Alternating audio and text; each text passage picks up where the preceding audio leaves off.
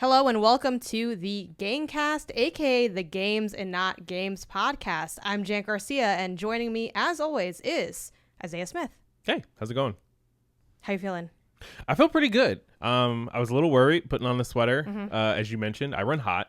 But we cranked the AC up. Air in here is really good. Lights are looking good. Hopefully the video quality is looking good. I've been working with it like all week. Sorry. It feels like it's been a lifetime from last week. The past 2 weeks have been nonstop shopping. Audio engineering and all of that. So on that note, this should be an audio glitch-free episode. So fingers crossed. Let us know if it's not, because well, I guess you'll find out when you edit it if it's not. Yeah, but right. We should have an update for audio listeners. It should be glitch-free. No more robotic stuttering. Feedback. My stuttering aside, it should be glitch-free. No more like robotic feedback. For video listeners, it should actually be in high quality. And I made the mistake before of just recording straight from OBS and not recording just onto the camera itself. I don't know why I did that, but you live and learn. So yeah, everyone should be getting a better show this week. Great. All right, well, let's go ahead and get into it. Starting with games, I'm going to kick it off with, no pun intended, EA Sports FC 25, a name that I'm really trying hard to say. Yeah. Because it's only year 2 since they let go of the FIFA license and went to FC, so... It's been a bit of a lot, but I did a hands-off preview session of the game. Technically, like, I was supposed to be able to play it, but like I kind of opened the build a little later than I should have, and then it also wasn't working, and it was kind of one of those things. So I spent basically, gosh, I guess I was last weekend just like watching. It was a self-guided hands-off preview. So what that means is they gave me a series of videos that I could watch about the different components of the game. It was essentially recorded presentations from like the producers and developers of the game. How often does that happen as opposed to like more hands-on honestly previews for I don't think I've ever had a preview that was like this, like to be honest. I've had virtual previews, but a lot of times when I'm doing a virtual preview of a game, it is like usually set up where you go into like a Discord at a certain time and day, and you jump into a call, and it'll be someone saying, "Hey, thanks for being here, everyone. My name's so and so." And then they present and they kind of like share their screen, and it's kind of like you're at a big meeting. That's been the ways I've done it. Other ways, sometimes they don't have presentations at all, and it's just like the game. So they'll send it to you like just a code of the game. Sometimes they'll give you like they'll do it through like Parsec sometimes, where like you get to I've had that with like Ubisoft specifically, where it's like I like Parsec into their like computer, well, just the game, not like the whole computer, and then you play. That's how I did, I think, Far Cry, and I play it, and the guy who like was walking me through it was like, "Cool, let me know if you need anything." And I played for like 2 or 4 hours, and it was so kind of uncomfortable just knowing that like at any time he might be like there, like he's like standing by. I mean, maybe he's answering emails like on the side, because like I'm guessing he's not just watching my gameplay the whole time, but literally like. And like something might happen, and he'll be like, "Oh, this is a bug," or whatever. Or I'll be like, "Hi, I'm just gonna run to the restroom real quick, just so you know why I'm like standing still." And it's like That's so awkward. Funny. I kind of like. Do I like this more? I think for what this is, for like what they were trying to convey of like, hey, you can get to watch the presentations and then play the game, and then in real life, that's a very common construction. Usually, there's some form of a presentation. Yeah. And then they're gonna have you play the game, even if the presentation is really short.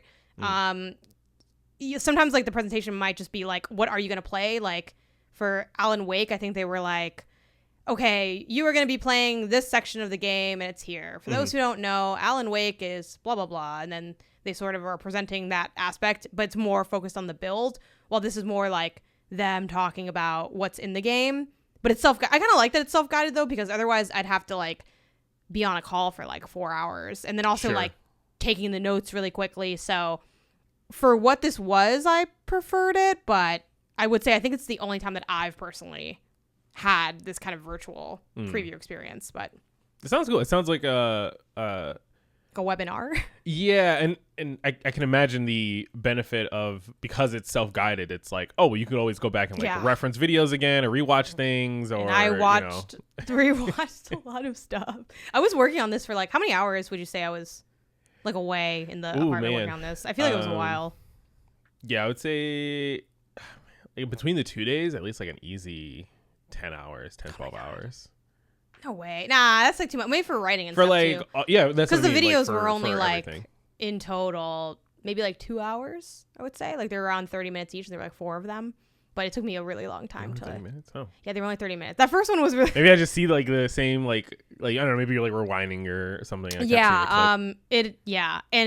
it was funny because while I was like working on this on my own, like I saw you off in the distance playing Final Fantasy for like hours and hours, and I told you this joke in the moment, but in that exact instance, I felt like this is what people think my job is, like you playing Final Fantasy, and then what my job actually is like, okay, what is so tactics is roll, okay, all right, what is and who is that? Like, yeah, no, that meticulous that was a really note funny taking, joke. Yeah.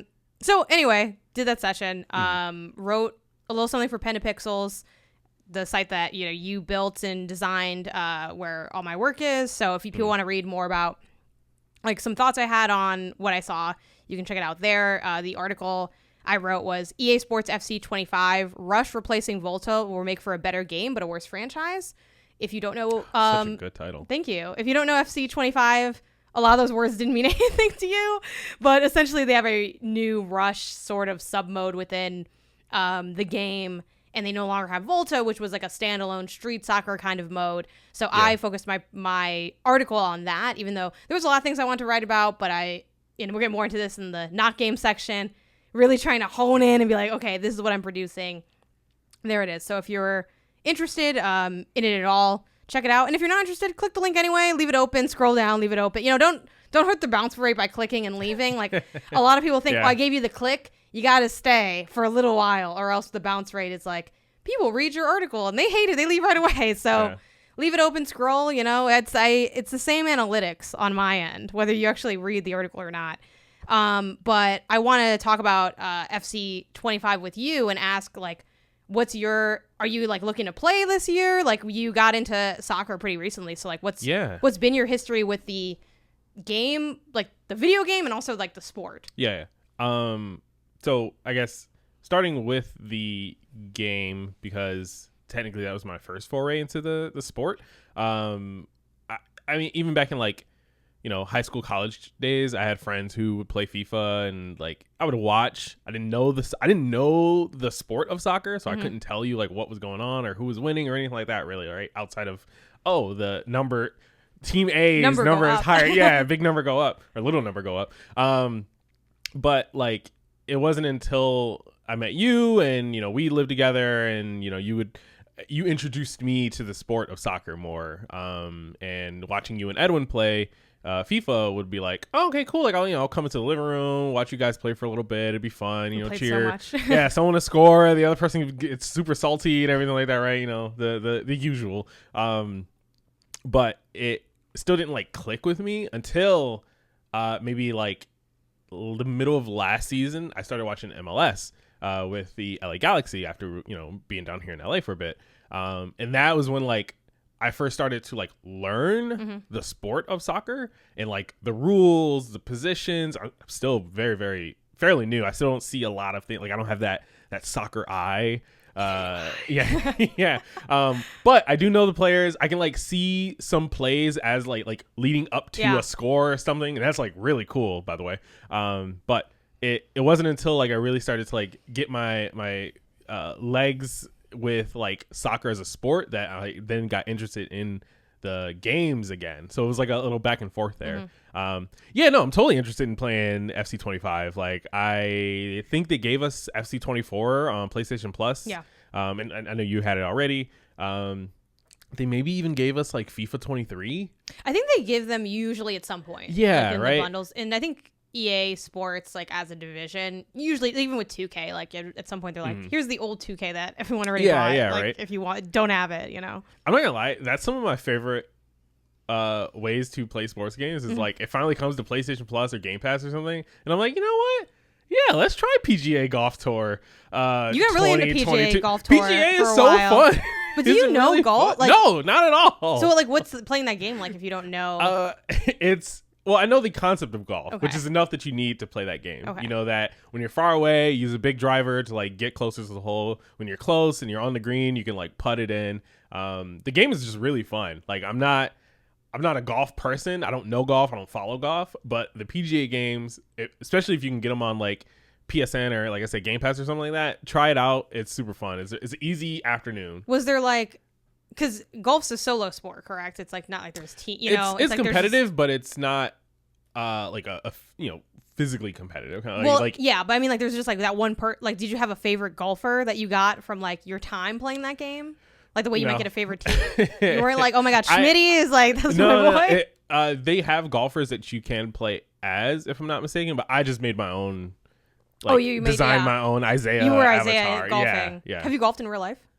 Before, yeah, but it was like, it's a step up above like putt is what I did. Where like you're on an actual golf field, but you're not doing like a hole 9 or 18 or anything like that. I've been wanting to go. Have you gone to Topgolf? No, but I see those TikToks all the time. Topgolf is like so basic, but like I want to go so bad. It seems so fun because it's like Mario Golf. Yeah, right. Yeah, like I don't know. Gosh, how would you? I feel like most people know what Topgolf is, but how would you explain what Topgolf is if they didn't? It's a restaurant, like a chain restaurant. I think it's like bar experience. Yeah, if someone loves NASCAR and they went like go-karting, I feel like that's the equivalency to like watching golf and then going to Topgolf, where it's like if you're really good and you have skills, some of that's gonna translate over for sure. But I also think it's like the Dave & Buster's golfification. Yeah, it's like places. It's almost like know how there are like. Have you seen the golf simulators before? Mm-hmm. Like the fancy. Yeah. The like walls you hit up against. It's kind of like that, but what if there was like a big patch of grass to actually like put the ball into? It kind of has that like structure where it's like you're on this little like tiny thing. It's almost like it's like a weird hybrid. It has like it's almost a bowling type experience, sort of like everything. Yeah, I can see that. I think the sizing is kind of made to be different, but it's like really, from my knowledge, like really accessible. Like anyone can kind of do it. Well, like the thing about real golf that I worry about if I tried to play is like, could we even play it? Like, could we get through with help for sure? Like, what do you mean help? If someone comes in and they like reset it for us? No, like they kind of guide us into like forming our swing and getting like that stuff right, so that we're at least like making progress towards the hole. I think we'd be out there for like 8 hours. Just we'd get our money's worth. All right, I'll tell you that right now. All right, we paid for 8. I want to go in the. I want to go in the little car. The little golf cart. Yeah. Have you driven it before? No. Are you allowed to drive it when you like are there, or does someone drive it for you? I'm gonna say no. I think you can rent it. I think if you're at like a club, you can like they have golf carts that you can just take out. Yeah. Because we you're like a club Tyler the Creator. That's basically we're one step away from golf. Yeah. Everyone's only one step away from being a golfer. No, that's cool. What was it like learning like the rules of soccer, like the sport? Because was that your first time really learning a sport since you were maybe a kid? Because like, you through osmosis, like I learned what like basketball is, even though I'm not like a basketball expert, but I think basketball is also conceptually very simplistic versus, other sports. So what was that like? Yeah. I would say most other sports I learned from like playing growing up, right? You play basketball, you play football. Yeah. You play football. Yeah, I play football. Yeah, I play football. I played rugby, so I learned the rules of rugby there. Yeah. I never played soccer, and I never really played like tennis or hockey. Even though we have a hockey team, we had a hockey team in college, and I went to those games all the time. Go Tigers! And I kind of like osmosis, like you said, a little bit of the rules from just like watching the games periodically. But it wasn't like anything until MLS is like the first foray into like, I'm learning this sport as an adult. You know what I mean? Is it weird now finally being able to see the play? Because that's something I told you when we first, because we went to a game many years ago. I think when we first moved to LA, like you, me, and my whole family went to an LA Galaxy game. And I remember watching it with you, and we're like watching the game and we're into the game and we're like, oh man, oh, woo, like all like the reactions and everything. And you were like, I don't get what you guys are reacting to because nothing's happened. And I'm like, oh, they almost scored right there. And you're like 50 feet from the net. What are you worried about? All right, I guess so. No, it is weird. Like I said, I'm not perfect at it now, but like I can definitely get excited with the crowd. Like when we go to live games, I get excited with the crowd when there's like a breakaway or like, you know, someone's coming up on like a one-on-one or situation, and it's like, oh, like this is it. This is they're either gonna score on us or we're gonna score on it. Like I can be with the crowd in the excitement because I can follow along enough for that. You know what I mean? It's like to reference it back to like anime, it's like when, you know, Goku's fighting someone and then like Piccolo's like, or Vegeta's just like watching along and everyone else is like, oh my god, Goku's losing, but then they're just like calm because they can see the plays and the fights that's happening. It's like, I'm more like Piccolo, you know what I mean? I'm more yeah, I'm more calm, cool, collected. I'm following along, but there's no way I could like really keep up, if that makes sense. Yeah, no, so. It totally does. All right, well, is there something about EA Sports FC 25 that you're like specifically excited about? Is it just like playing as the Galaxy, or what are you looking to get into in there? I think well, I don't want to say too much, but I am curious to know what of the stuff that you saw that you're most excited for, that maybe you weren't able to get into in your article, or is there any feature coming to FC25 that you're like, oh yeah, this is gonna make it better than last year's? You know what I mean? I do think per my article, per my last email, I do think the rush mode is gonna be more fun than Volta was, just because it's closer to the traditional game. Like for those who don't know, Volta was very much designed to be sort of different than how the main game played, like kind of a simplified version with a focus on skill moves, while this is allegedly supposed to be closer to the 11v11 traditional gameplay that they do really well. So I'm excited about that.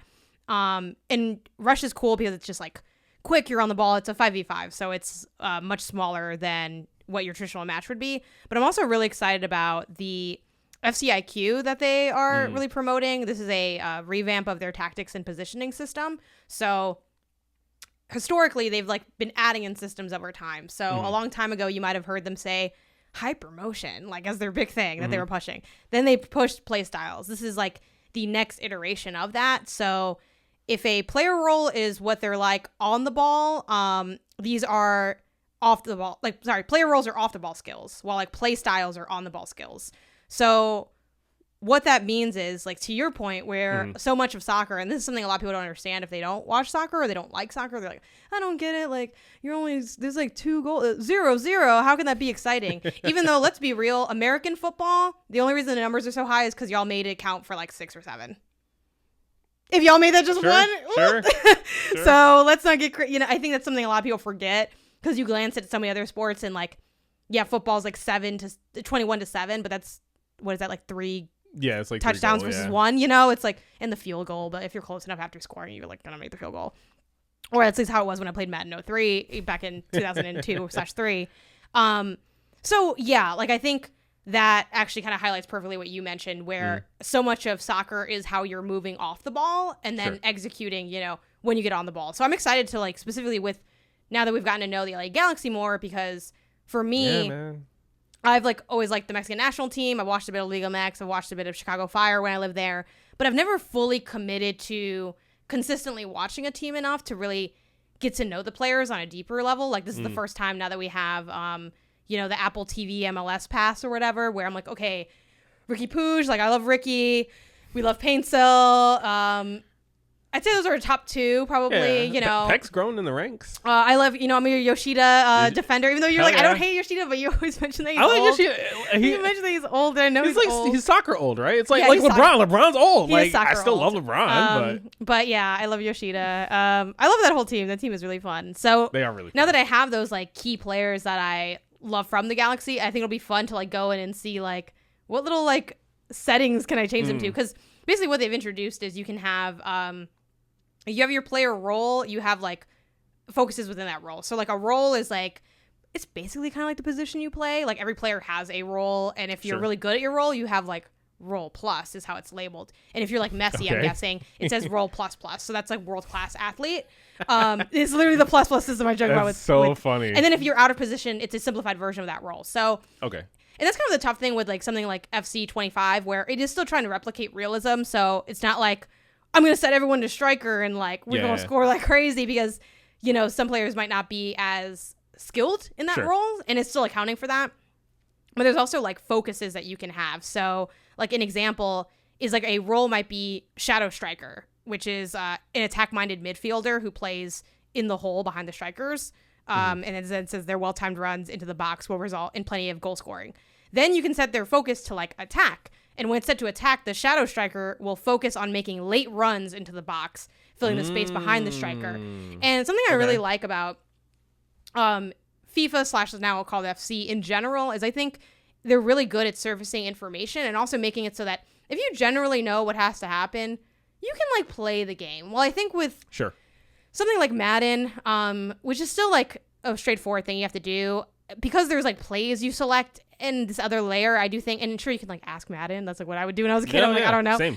But I feel like there's, you still have AI moving around you and you're just selecting players. So I think it is kind of easy to pick up FC if you've never played like FIFA before or if you're new to soccer. And something I like about the way they present the tactics is everything is very clear. So like in the scenario that I showed you where like Shadow Striker is a role and you set them to attack, it shows that like a plus and like a minus system. So it says attacking runs, check. Support centrally, check. Stamina usage, neutral. Defense support, negative. Okay. So okay, this is what that means. You don't have to like have the expertise of, oh, well, obviously if my Shadow Striker is set to attack, like my defense is going to be weaker. Like it tells you that.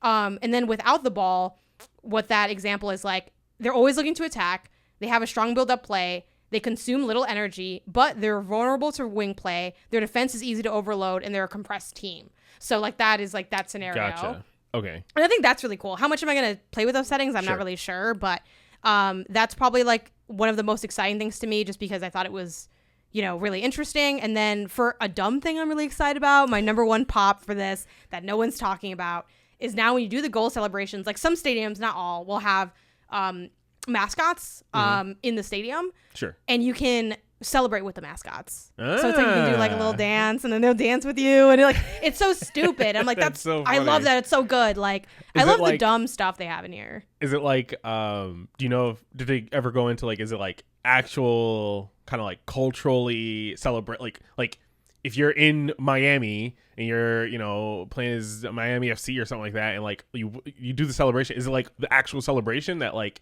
they would be doing? So or is it like a generic pool of dances or something? There's kind of both that can happen. So there is a suite of different like emotes you can do when you score, and if you don't, and I actually never memorize them this year, I want to memorize them because I just let it auto go and they just select something random.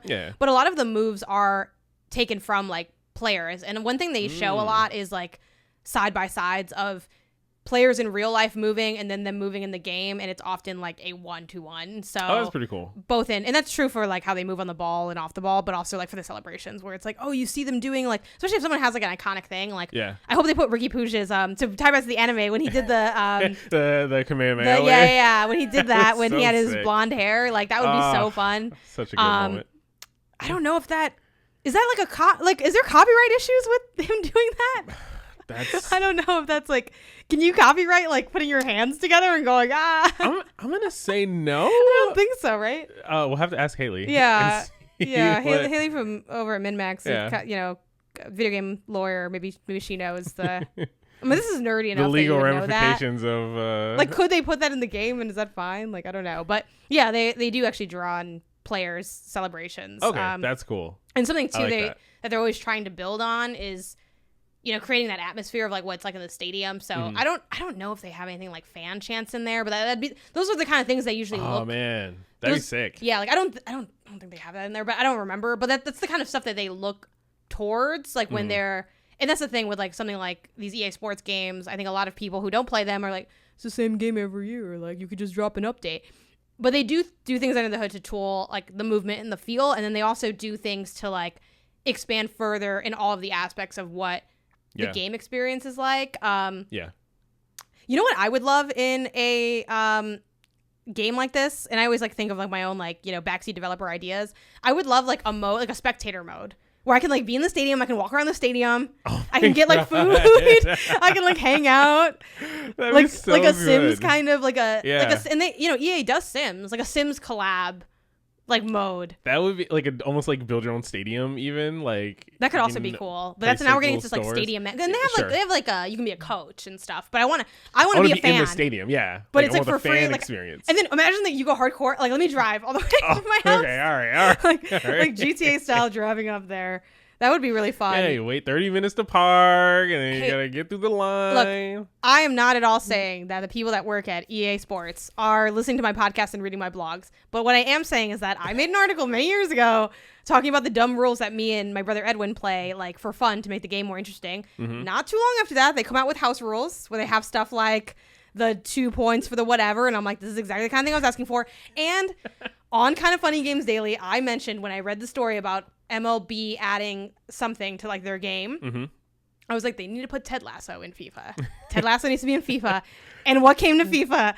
I'm just saying, look, saying. You know? Yeah. Hey, man, sometimes you get inspiration sometimes from the strangest two of places. Geniuses come up with the same thing, you know what I mean? Exactly. Like, I got my hand on the pulse. But, so yeah, EA, I know you're listening. Let me go to the game. Let me watch the games. Mm-hmm.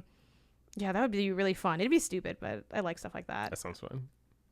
All right, and moving on to our next topic. This is brought to you by our first write-in. What? Hey, let's go. We got Alex from San Jose who writes in and says, "Hi, gang. Janet, longtime listener and supporter from your days at KFG. For gaming topics, I was thinking our most anticipated games for the rest of 2024, best recent indie games y'all have played recently, maybe do some high-level thoughts on Flintlock and Kunitsigami. I can think of many more. Thank you so much, Alex, for writing in some really cool suggestions. For today, I think we're going to be going with our most anticipated games of 2024. Also, shout out to Flintlock and Kunitsigami. I know of those games, but I don't know when I'm getting around to it or if I am.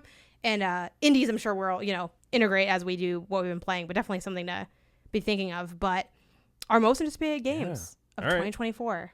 Now, we each... The way we're going to do this, unless you want to... go for it. The way we're going to do this, just to make it a little fun, is we're going to do it as a draft kind of thing. Yeah. We're going to do it as a draft. Waving my hands furiously to the camera. Where we're each going to draft 3 of our most anticipated games of the year. Do we want to do Snake? Do we want to do just back and forth? I think just back and forth. All right, there's only 3, so... Yeah, that's true. There's only 3. So if there's I say... only 2 of us. So yeah. If it was a snake, wouldn't it be the same thing? No, it would be me, you, me, you. Oh. So it would be like... well, do you want to do it as a snake? No, you just do back and forth. Okay. Yeah, it's fine. So, you, meaning me, if... you. I thought about that too. God. The Night at the Roxbury, right? I don't know. Maybe it's not. Yeah, I don't remember. Someone tell me where that's from. If I say, Animal Well, it's a game that already came out. Mm-hmm. If I said Animal Well, you can no longer draft Animal Well. So if you have that in your top 3, for example, you would have to then pull from a sideline you have. Yeah. I have my games as well as an honorable mention. Okay. You do not know these games. I do not know your games. Mm-hmm. So I don't know if we want to just kick it off. Who goes first, do you think? Who's played a game most recently? It's probably me. I think it was you. Final Fantasy. All right, so you answered. Okay. First of all, hold on. First of all, yes. This was like who's taller? Oh, it's me. For the context, I'm 5 feet. We can flip. Yeah, let's do a. I'm sure there's like a coinflipper.com or something. And I wouldn't mind the who played a game most recently because I think that's a cute thing. But the speed at which you said, "Who was it?" Oh, it was me. Like. Well, hey. You don't know what I was doing in the bathroom. I could have been playing Point P in there. You don't know. That is true. I wasn't. No, I wish I was. I kind of always wish I was playing Point P. If I'm being honest. Do you want heads or tails? Heads. All right, we're flipping. All right, what's the result Heads. Here? Heads. All right. Heads. So you go. Well, yeah. You can take it first. Power move. I'm like I choose who goes for like in football, and I pick you just because I don't know. Okay. I'm going first. I'm kicking it off. I'm actually double checking the name of this game because I know it was kind of a funky one. So anticipated. You don't even know the name. Look, I'm not gonna let you get to me today. Not Saturday. I'm going with Astrobot. All right. Yeah. That's fair. And I was double checking because I'm like, it is indeed just Astrobot. Yeah. Like it's not, So this is the 3rd game in this franchise, and yet in a way, like the it's kind of almost getting a restart now that it's off of VR. So the first one was Astro Bot Rescue Mission on PSVR. Then we had, before that we had that like the tech demo one that was on the other one. There's like been 2 tech demo ones because there's the PS5 one also. Yeah, Rescue Mission and then Playroom. Yeah, Playroom was before, I think. Rescue Mission. No, I think Rescue Mission was the VR one on PS4. Yeah, it was. And then Playroom was the PS5. I thought there were 2 of those though. Were there not? Maybe I don't think so. Yeah, I'm curious about Astrobot's history now. But yeah, so this is like the first like full we're going all in on Astrobot kind of moment, kind of either way, really. Mm-hmm. And yeah, I mean, I'm a huge platformer fan.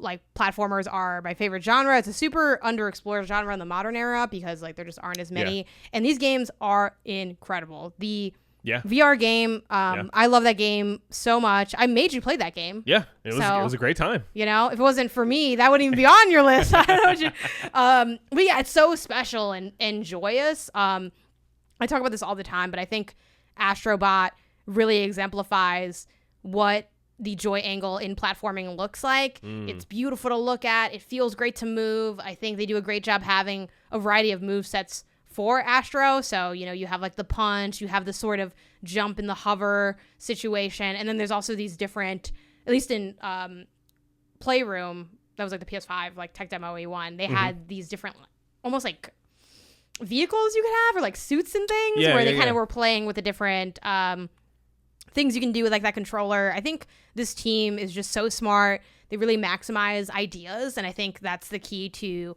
making a platformer fresh. The design is really classic yet inventive. It is just like and it's such a good game for exploration. Like I love walking around and like trying to find all the little secrets, and that's also there's so much like Mario design ethos in how they made Astro. This game is gonna be incredible. Like this is one of the few times like I don't really like to say there's guarantees in gaming because you never know how a game's going to turn out. Even from great franchises, great teams, any game can fumble. This is one of the few games where I feel like I have absolutely no doubt that this is going to be an incredible video game. It is. I don't know if it'll necessarily be like, I don't know, one of the best games of the year, but I think I can comfortably say this is probably going to be one of my favorite games of the year.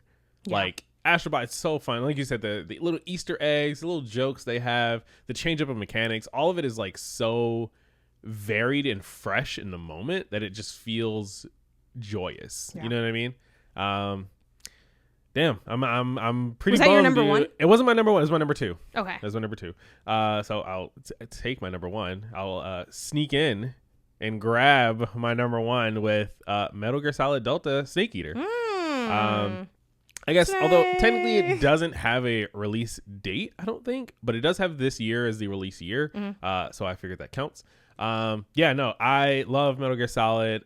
Snake Eater was actually the first Metal Gear Solid game I played. When my friend introduced it to me in like high school, middle school, he said it won't be ideal from a like gameplay mechanic evolution standpoint, but play it in story chronological order. So he had me play Snake Eater, then I went back to Metal Gear Solid, then Metal Gear Solid 2, and like everything about Snake, like I feel like my third eye for video games opened up when I played Snake Eater. It was like so different. For anyone who hasn't played it, it's a sort of it's a tactical espionage, which means that you're just like sneaking around, you're trying to stealthily take out people. You can go in guns blazing if you want, but that's really like against the ethos and the like general vibe of the game. I think you'd also have to be stupid good to be able to do that. No, absolutely. I think that's like an important distinction because so many games, you know, like Assassin's Creed is very guilty of it, where it's like, hey, like you can sneak or you could not,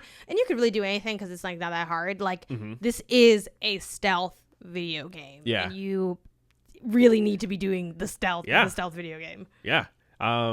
It's fantastic. There's the one boss, which this is where I think this game became like a top 5, top 10 for me. It was when like you're playing, was it the end? It was just like the old sniper man dude. I think it's the end. Correct me if I'm wrong.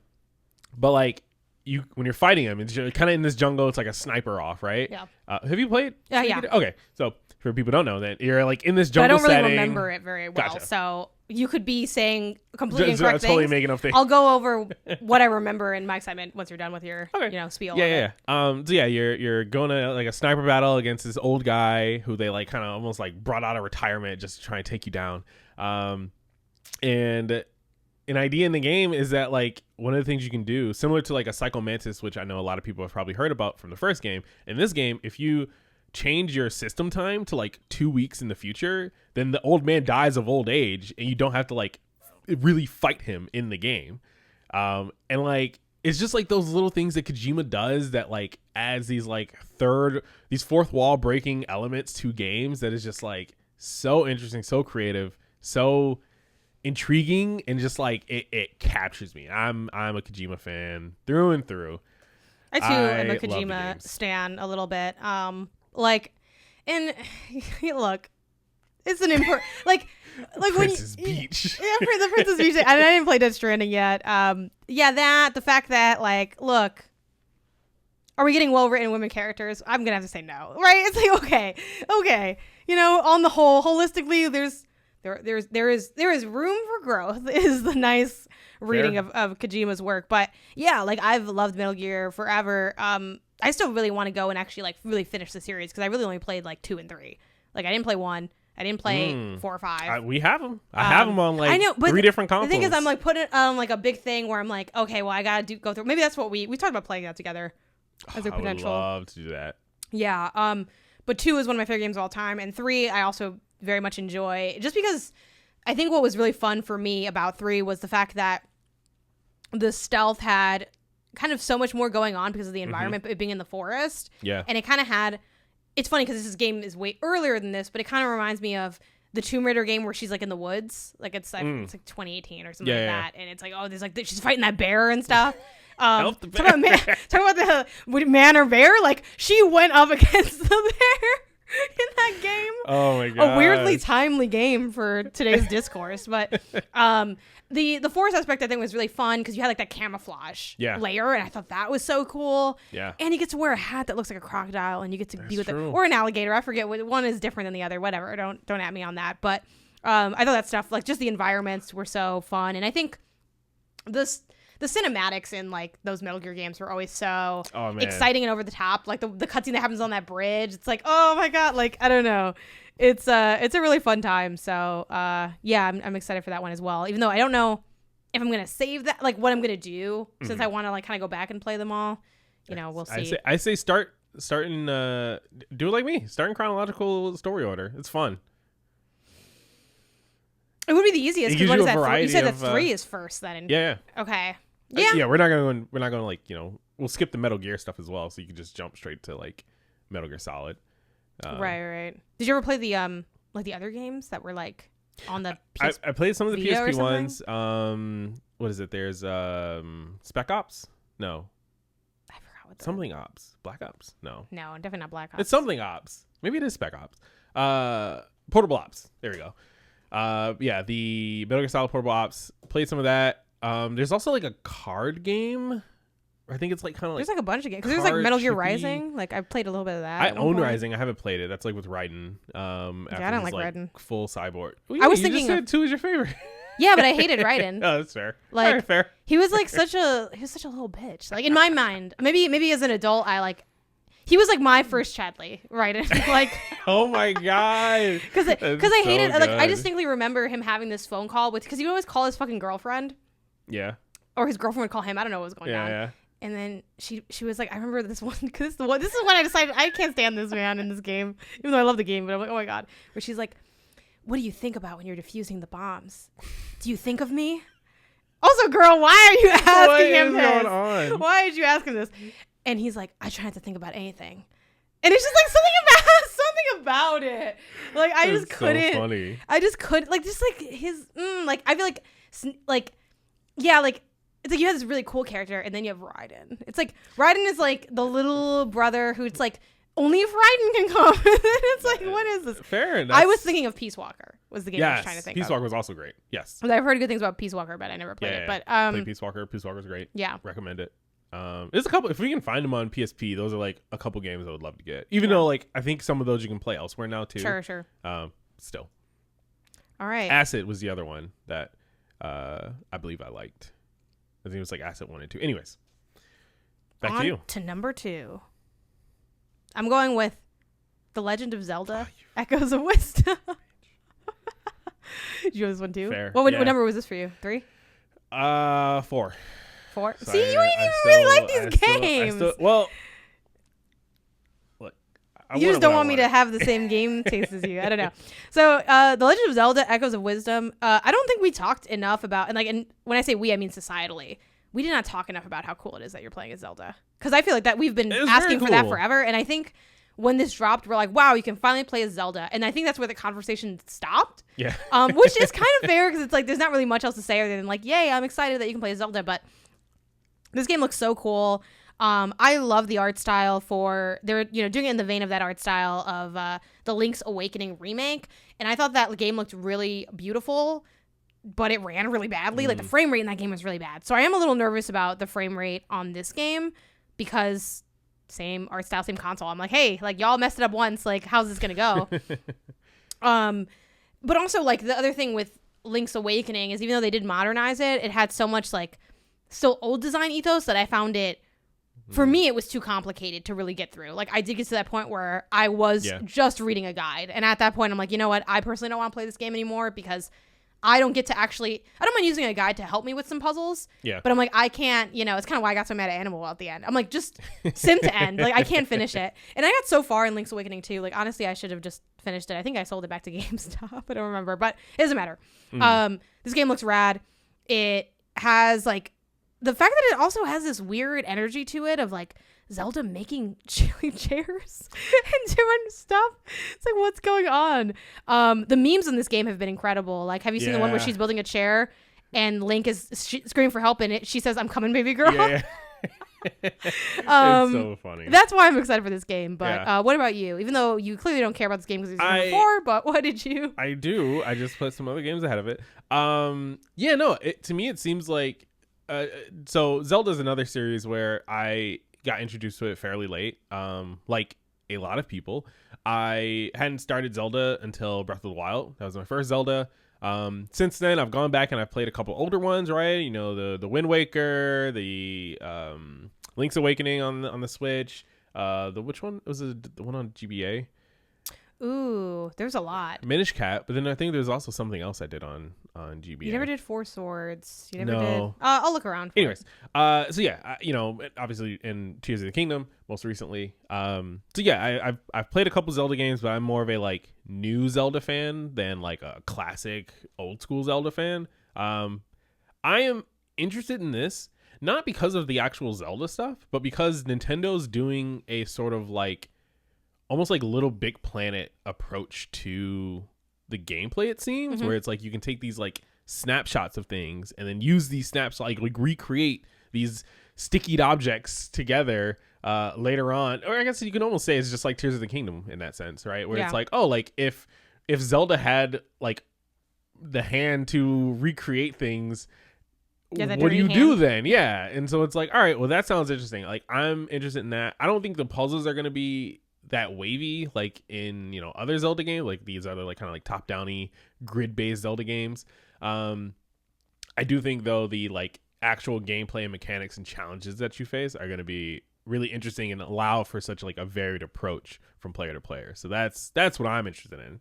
I want to make my big machine and make a car go vroom and all these other weird things that I'm imagining and might not ever come to fruition. For me, I'm mostly just imagining like a WWE style kind of hit him knocking people out with chairs. Use the chair. Use the foldy chair. Yeah.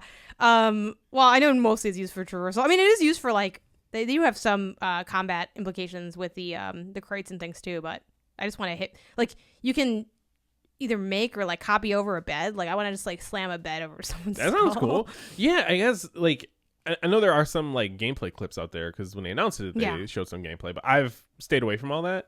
So I'm curious as to like how the actual generation of items, like, is it like, oh, I can make something and it's static in this world? Or is it just like, oh, I just made a clone of it and then I can pick it up and hit someone with this chair or like stand on it or sit on it or like give an old lady a place to sit as like a way to solve a puzzle kind of thing. You know what I mean? That would be fun. I think it is kind of in that vein, but I really only have seen that announcement trailer and like those clips. For Zelda GBA games, was it A Link to the Past? It might have been A Link to the Past. It probably was, because I think it's just A Link to the Past, Four Swords, and Minish Cap. Okay, well then yeah, it's probably A Link to the Past then. This is really just off a quick Google, because my Zelda history is a little bit like older than yours, but it's a lot of the same games, so it's not actually that like Wind Waker was huge for me. I loved Phantom of the Hourglass on the DS. I think I might have played that too. Yeah. Another one I never beat. I got really far, but I didn't finish it. If I beat it or not. It had that boss that everyone got mad, that puzzle everyone got mad at, where it's like the solution was to close the DS. Yeah, I thought that was so cool. That's that Kojima bullshit, you know? I was like, I love that stuff. It's like, well, I would say with Kojima, and that's kind of like why I'm a Kojima stan, because like when Kojima does it, I'm like, ooh, like silly Kojima, so quirky, and like when someone else does it, I'm like, this was annoying and dumb. Yeah, like what would I think of that? Yeah, why would you have me close the thing? Like like I swear some of these games, like the solution is like you just walk outside in the real world. It's just done. There are games like that, yeah. Especially back then when all the little like GBA attachments and everything existed. Yeah. Yeah. Your turn. Yeah, my go. You're number two. Number two. I'm gonna go with Mario and Luigi Brothership. Also, I'm gonna that was my number 5. So. Oh really? Oh okay. Yeah. Go ahead. Also, in that same kind of announcement, we get a new Mario and Luigi game. Those are like, again, talking back to the GBA. Mario and Luigi Superstar Saga was like a fun time. I think that's also a game that I never like beat. But I also played it when I was so young that like, I got stuck somewhere and I was just like, oh, this isn't fun. I'm going to go somewhere else. But I remember liking like and enjoying the gameplay. Also like I've been like really hankering for a, again, one of those like casual tactics, like Mario games. I know like Paper Mario, we got the Origami King fairly recently. I want to play that. But now with this coming out, it's like, oh, I might as well just wait and do this because I at least know this gameplay already. Like I know the series and kind of like how it works and what they do. And it seems like they're doing some really interesting stuff with it too. Yeah. Another game where I'm trying to go in blind if I can, right? Not look up, any stories or clips or videos or trailers or breakdowns. I just kind of want to get the game, play it. I think it'll be fun. It's a nice Mario and Luigi adventure. Two brothers hanging out. Finally, the bros of Mario Bros, coming together again. Mario Brothers. Yeah.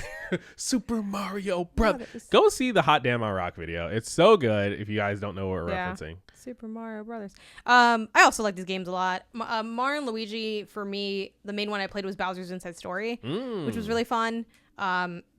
You literally are inside of Bowser for a large part of that game, which is odd and strange. And they love to have Mario go inside of things, is the thing that I've kind of gleaned from some of this franchise. You still got to play 6 golden coins, by the way, so you can play the Mario Balls level. I remember you were telling me about that, and I still don't believe you. Like you've shown me the video, and I still don't believe you. For those who don't know, in Super Mario 6 Golden Coins, which if you have Nintendo Online, you do have access to the game because it's part of the collection now. So you can play it. You got the rewind and everything. You can easily cheat. You don't got to worry about all the stuff that you had to worry about back in the day. But yeah, there's a level that's like there's a world that's a big Mario statue, and one of the levels is placed where his crotch is, and when you go to that level, it is full of balls, like different spheres, like spherical objects. And it's like, okay, clearly what's going on here? What is happening in this level? Why did you make it this way? Who cleared this? I would love to know if anyone ever brought this up in like pre-production. Can't have a Mario Balls level. Like, I don't know. I feel like they were cranking out games so fast. Like, I don't. That's true. Whatever. Just care. Just do whatever. All right, for my number 3, I'm going with Life is Strange. Double exposure. Okay. I'm not surprised to hear that. I know you like the Life is Strange games. Yeah. Max is, or is it Max? Yeah, Max Caulfield. Max is back. There you go. I mean, Life is Strange, honestly, it is, for those who don't know, it's a story game, narrative choices game, and the shtick of Life is Strange is there's usually some type of supernatural, usually slash exclusively some type of supernatural element to some degree, like a power the main character has that sort of is the driving force. So sometimes the problem, but also kind of the solution. Maybe they're trying to save someone or stop something or get to the bottom of some mystery, and they can try to use their powers to like reach there. So this one has like 2 timelines seemingly where you know, you're kind of going in between things and kind of trying to change it. Well, it's funny because like Life is Strange 1, like the original one, is also kind of about the idea of can you prevent the inevitable in a way. It's like the classic timeline stuff of like, oh, but then if I take this coffee, like what happens in the other universe? Butterfly effecting. Yeah, it's definitely literally the first game is all about the butterfly effect. So this is kind of in that, but like timeline based. That sounds cool. But I'm a sucker for time stuff. Like one of my favorite tropes in media is like a time thing. You give me a funky time thing. I mean, like I love time stuff. I love in games like possession mechanics. Like there's like a few things that I'm like I'm always gonna be excited for, and like time is one of them. So I'm like, yeah, I'm in for this. And you know, made by Deck 9. They also made Life is Strange True Colors, which I think is the best Life is Strange game.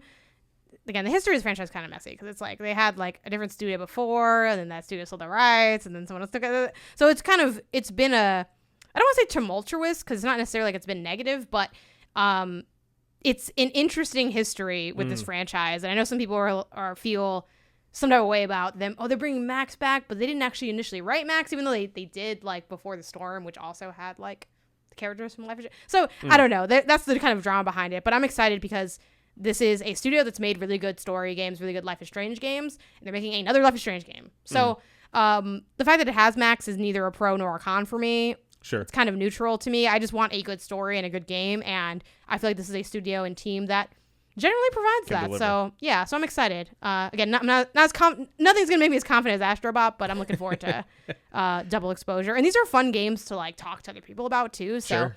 Yeah, I always enjoy like the coverage cycle of getting into it with people that like this genre of games, and then everyone else, and like you lock it up. This is our time.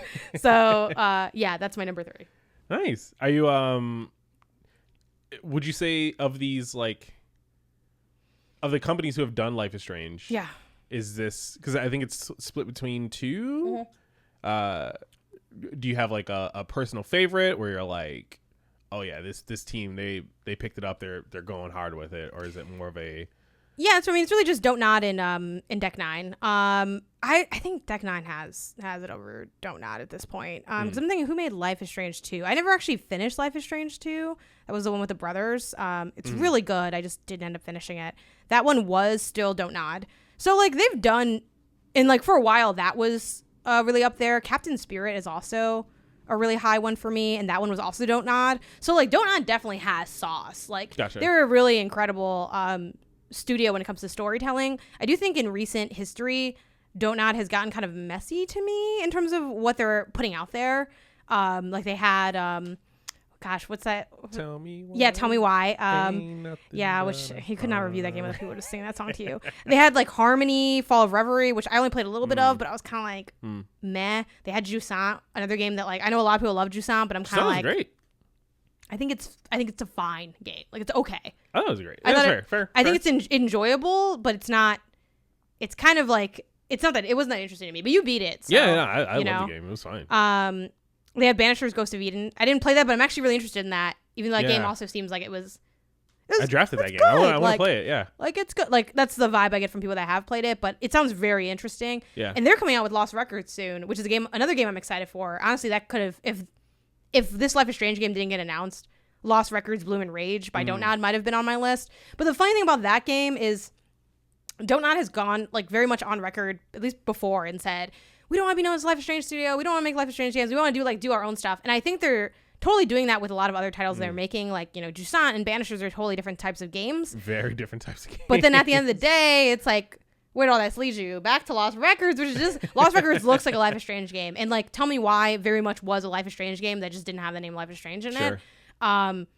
So yeah, they've been a little bit of more of a mixed bag for me lately, and that's why I'm like, you know what? If I gotta put my money on stuff, if I gotta pick one game for this third slot, I'm gonna go with, Deck 9, because Deck 9 has only brought me the heat, and Don't Nod is bringing me a lot to eat, but it's not all that tasty. So I don't know. But yeah, I guess Deck 9 would have to be my favorite to answer your question, just because of True Colors. I think is the best Life is Strange game. Sure, no, I can see that in the franchise. All right, what about you? Cool. Number 3 again. My number 3, my final. I think I might call a last minute audible and be true to myself. Okay. I think for my number 3, I'm gonna go with also a game that does not have a concrete release date, but is staple for this year. Mighty Morphin Power Rangers Rita's Rewind. That was my number 1. That's crazy. What is this? When the game trailer first dropped, I know like you and Edwin, it's Shredder's Revenge, but Mighty Morphin Power Rangers. We still got to get that pizza and play. Hell yeah, anytime. So I loved Mighty Morphin Power Rangers growing up. It was not one of those things where like I watched all the different series with all the different like, you know, teams of Power Rangers and all of that, but like I watched the movies. I loved the show. Whenever I would get home and I'd see it on TV after like middle school or something, you throw it on, go Power Ranger, right? The song that song is ingrained in my brain. Did you have like a favorite Power Ranger? I mean, everyone's is Tommy's. It's kind of a cop-out answer though. Sure. Green White Ranger. I'll go. I guess I'll go with that. Yeah, so be honest. Yeah. But like, still, just like the act of like all the fighting and the transforming or the Megazords and all that jazz was like so cool. And me and like my friends all joke about it. And then when Shredder's Revenge came out, TMNT, I missed the boat on TMNT, but I always played the game. You go to Chuck E. Cheese growing up or something like that. You play like whatever the arcade games they have there. I always wanted to get into TMNT, and I heard that Shredder's Revenge is good. Yeah, you played it, right? You presumably really it's fun. Solid, right? The fact that if this is nothing more than just a reskin of Shredder's Revenge, but just in the theme of Power Rangers, that's enough for me to just be excited for it, to have something to jump in, try this out. I haven't played a like arcade side-scrolling beat 'em up in so long that I can't help but be excited to like get my hands back on it again. Like literally, I think since I was last at Chuck E. Cheese, which I don't know, I was like 15 at a birthday party or something. You know what I mean? Like it's been a while. So, yeah. I will say the screenshots and the trailers look fun. It looks awesome. There's like there's somewhere like you get really big and you're like punching people and doing stuff. Oh man. There's a scene where you're on a roller coaster. Yeah. So that looks pretty fun. Sure. I was not expecting this. I knew you had a surprise up your sleeve because like I was across from you and you were writing the notes on this yesterday. And you were like, yeah. Like, yeah. I went back and I rewatched some of the stuff. And I was like, hell yeah. Okay, he has to have a deep cut or something. Yeah. I guess we can do a honorable mention? Yeah, 1 to however many if you want. I mean, obviously, maybe I don't spend as much time on as we did on the other ones. But for my honorable mention, I have my weirdo pick that almost made the list. This is also a true to myself thing. What am I also looking forward to besides these really, really other good games? And this game, I think, is actually going to be a good to great game. Like, I think this is going to be so fun. I think this might be my number 5. Disney Epic Mickey Rebrushed. Never mind. It was not my number 5. Disney Epic Mickey Rebrushed. So, I never played Disney Epic Mickey, or like the Epic Mickey games. I tried playing, I think it's like Epic Mickey, like whatever this, I think it's the second one that they had. I'm going to try to like spot the name of it. It's like, I tried playing Epic Mickey 2, The Power of 2 on the Wii U, like way after the fact. So like we had the Wii U, you still need the Wiimotes, which was like another thing I didn't like about the Wii U. They just like assumed, and I know everyone in America bought a Wii, but like I was one of the people that didn't. So I had to go buy Wiimotes separately. That's great. That's going to be a topic for another episode. Yeah, I'm ready to drag the Wii. Let's go. I don't know why you would want to play a video game with a remote, with a TV remote. Insane. The deconstructed remote, the deconstructed controller that is the Wii Mote and the nunchuck is like, I think that was insane. Fun. It's fun. It is fun. It is. I'm all for classic controller. You're like all like spinning around. Yeah, I think it's weird. You waggle it around. And I know they had great games. Like I missed out on a lot of really great games. But I think the hardware was like, I hated the hardware. But yeah, we can talk about that on the Wii retrospective, you know? And it's, I guess, you talking about how you like the Wii and me being like, I think this is stupid. And other people being like, your argument is the Wii U. Yeah, I'll take that fight. Yeah, my argument is not the Wii. It's just, I think one of the dumb things about the Wii U was that it so much leaned on the Wii hardware for certain things. Like, and that's also kind of the struggle that Nintendo has, where they like have such specific software to go with specific hardware that when it comes to porting, it's like, it can be rough. So I remember trying to play Epic Mickey 2, The Power of Two, and I remember we had to use the Wiimotes because it was like a Wii game at the time, or at least at one point it was a Wii game. That's how I played it on the Wii U. Anyway, but me and Edwin played it, my brother Edwin, and we're like, man, this isn't very good. It's not a very good game. And like, it could maybe have passed, like if it was back in the day and it was like a blockbuster moment, maybe we would have gone further, but it's just like, it wasn't good to us. Like we didn't enjoy it. We didn't think it was a good video game. So we're like, damn, that sucks. Like I kind of had heard these games were good though. Like this game wasn't good. Years passed by, I'm doing this job, I mentioned to people, I'm like, y'all try to play Epic Mickey 2, Power of 2. This wasn't good. And people were like, yeah, no, that one sucked, but Epic Mickey 1 is good. And during GDC, I got to do a preview of like some Nintendo games, and one of them was the Epic Mickey Rebrushed, and I played a bit of that, and it was awesome. Great game. Really fun. Really enjoyable. Again, is this Astrobot? No. Like, it's not at that level, but it was a really solid, enjoyable platformer, old school vibes, fun Disney vibes. Like, nice. I was into it. I'm like, yeah, this is something I'm really looking forward to. So I'm so excited. And like, basically, and I know other people are excited for this game too, but in my mind, the only people excited for this game are me and Ben Hansen over at MinMax, where like Ben is literally like, should we do, The Deepest Dive is like a series we do on MinMax where we like, it's like a video game club kind of thing, like a video game book club structure. He's like, should we do The Deepest Dive on Epic Mickey? I'm like, let me know. Like, I'm down. I'll try to make the time if I can. But yeah, it's really cool. It has this like fun, paintbrush mechanic, like magic mechanic to it. So I think the level like design, like the platforming is really creative for that reason, because you also have like some, and I might be butchering this because again, I played for a couple of minutes and I never played the original. You have like a kind of like a good paint and a bad paint or something, where you can be like kind of evil. Like it's got like weird like stuff. Light and dark paint? Kind of. It's like there's some weirdo mechanic in there, and then like they also had this wild, and again, I'm lightly butchering some of this because I don't like have, the press and talking notes in front of me. But they also have like these 2D side scroll, because it's a 3D game, but they have like 2D sections that are in the style of Steamboat Willie.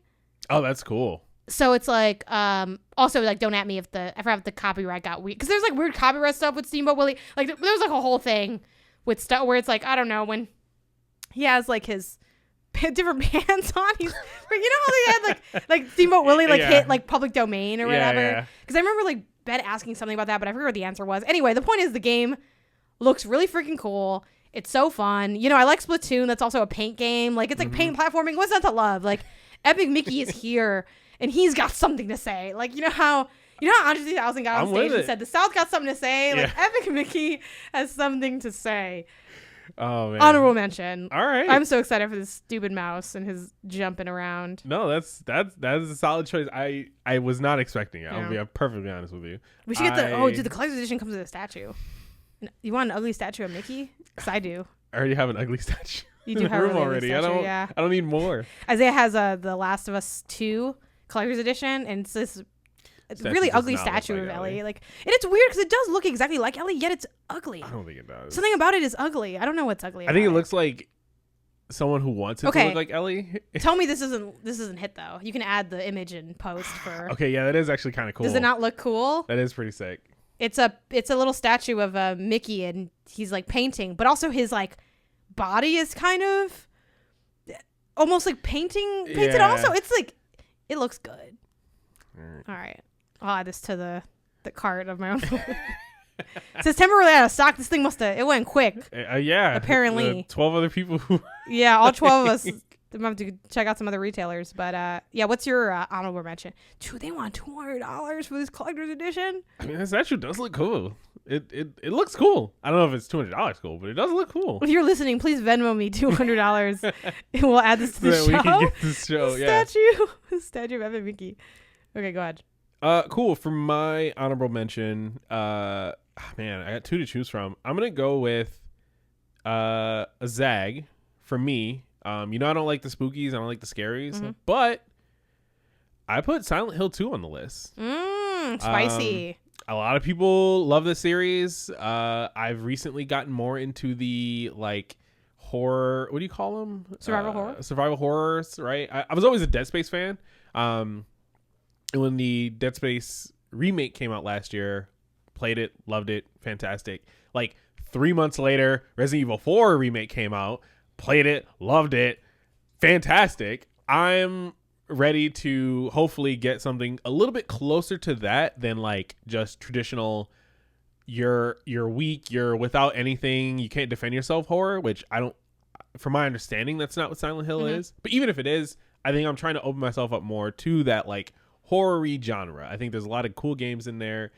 People, like I said, really seem to love the Silent Hill franchise and Silent Hill 2 specifically, from what I hear. So yeah, I'm down to try it. Are you worried about everyone saying that the game does not look good? I have not followed any information on it, so no. I think. But I was told that Silent Hill fans are also just like a mess as well. So yeah, I think like most fandoms, it's like the people, the thing's biggest haters are also its biggest fans, and I don't imagine Silent Hill is any different.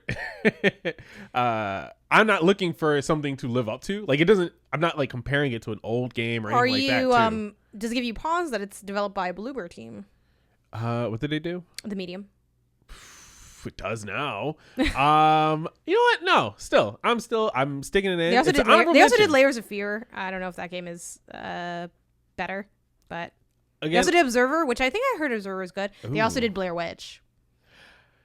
Oh, so but the thing is, I think Blair Witch. For all 10 minutes that we played, and then realized I'm a baby. I'm a big baby. The Blair Witch game was too creepy for me. Really? It wasn't scary, okay. But it was creepy. It was like I don't think anything's gonna jump out and like attack me. What would it take for you to play RE7? Man, if we cross 1,000 subscribers, it's not that many. 1,000 subscribers on YouTube, I'll play. We'll do like an RE7 stream or something. Oh my gosh! Wow. Obtainable, but I am deathly afraid. That's a wild thing for you to state. I don't even think I got to the house. I think I tried playing it and I got like to the dinner scene and it was like, all right. I mean, you were in the house. This is it. No, yeah. I didn't walk around the house. Yeah, no. They tied me to a chair. Grandma fed me some maggots. And then I was like, you know Isaiah what? I will say, though, in your defense, watching you replay it, like, I knew it was scary because I played it. And it was really scary. The game is terrifying. But when I saw you start playing it, I was like, this is even scarier than I remember. It's terrifying. And I remember it being really scary. So it's like, it's kind of like, you know how we rewatched The Dark Knight and we're like, we remember this being like the greatest superhero movie ever and it's somehow better than I remember? That's how scary. Yeah. That's how scary. Like I knew this was scary. It's scarier than I remember. It was so scary. Yeah. So, but that game is so good. And it does. I'm sure it is. And I will say, it's not like it gets less scary. Well, the second half of the game is way less scary because they messed up the second half. But I will say, like, you're in some of the scariest parts of the game. Like, it does kind of, like, lightly level out. Why do they start with the scariest parts of the game? It does lightly level out. It's not going to level out completely until, like, you know, spoilers for RE7 when you, like, leave the house or get out of the house. And then the game just kind of falls apart. But that part is the game is so good that no one cares that it falls apart. It's, like, the only game. It's one of the few games where it's, like, that second half, who cares? You could have put up you could have opened Google Docs in that second half, and I still would have said this is a great game. Fair enough. That's fair. Yeah, so, you know, like I said, honorable mention for Silent Hill 2. Don't have any history with it, but it's something that new me is trying to be open to these kinds of games. So, all right. Yeah. All right, those are our most anticipated games of 2024. Let us know in the comments on YouTube or, you know, hit us up on socials or write into the show with your favorite / most anticipated games of 2024. And now for our not game section, we're starting off with Start Finishing, a book by, is it Charlie? Charlie Gilkey. Okay, so so much to unpack with this book. This is a book that I just finished reading, and Isaiah is also reading, and yeah, la-di-da. So just to kind of zoom out and get the whole story, what is this book? How did you find this book? Because you're the one that introduced me to this book, and then I stole the book from you, which I'm very excited to unpack. Yeah, why are you so excited to talk about that? Yes, because you know why, and I'll get into why I'm so excited. So Start Finishing is a book. It's in that, like, you know, self-development, productivity kind of genre of things where Gilkey goes and talks about like his methodology for sort of outlining and planning projects so that you finish the things that you start. You don't have this just like ever-growing list of unfinished projects that you just have until the end of time and then you die, right? It's about like being more but methodical. I was gonna get to it though. Is the thing. I was like so close to getting to it. Yeah. It's about like, breaking down projects, sequencing them, chunking out the work, and like organizing things in a way that you actually get things done or you start finishing. I found this because it's something I struggle with. I'm not going to speak for you. Yeah. I'm not going to speak for you, but I know me, I have a really hard time. It's very easy for me to fall prey to shiny object syndrome sometimes, where new thing pops up and I'm like, oh, I want to give everything into this new thing. I mean, look at the studio we're in. This is the latest of the new thing, shiny thing syndrome. We're sitting in sin. We're sitting in shiny things, yeah. But I ultimately still have a list of projects that in my personal life I want to accomplish, right? Things I want to work on, things I want to build. And I, sometimes I need help. I need help just getting over that finish line, keeping that energy going, breaking things down into smaller, more manageable products that I can then like accomplish. So I found this book that way through just like online research, stuff like that. And I started giving it a listen. And I think that's where then you come into play. Why do you say it so menacingly? Because you stole my book. I did steal your book. So the reason I'm so excited that I stole this book from Isaiah is because Isaiah plays games a lot like quicker and more like marathon style than I do. Like one that is just more of your nature. Like you have the gaming dog that I gotta admit, like I have to try to do some of the stuff that you do with like the hours that you can put in. Sometimes it's easy for me to like, especially if I'm streaming, it's like, oh, I can do like an 8-hour stream pretty easily. But I feel like every time I look over, you're like devouring a game. And so often, because I play so many games for work where I'm like taste testing stuff, and then I like have also I work in this field of covering it, so I it's often like a lot of stuff that isn't playing the games.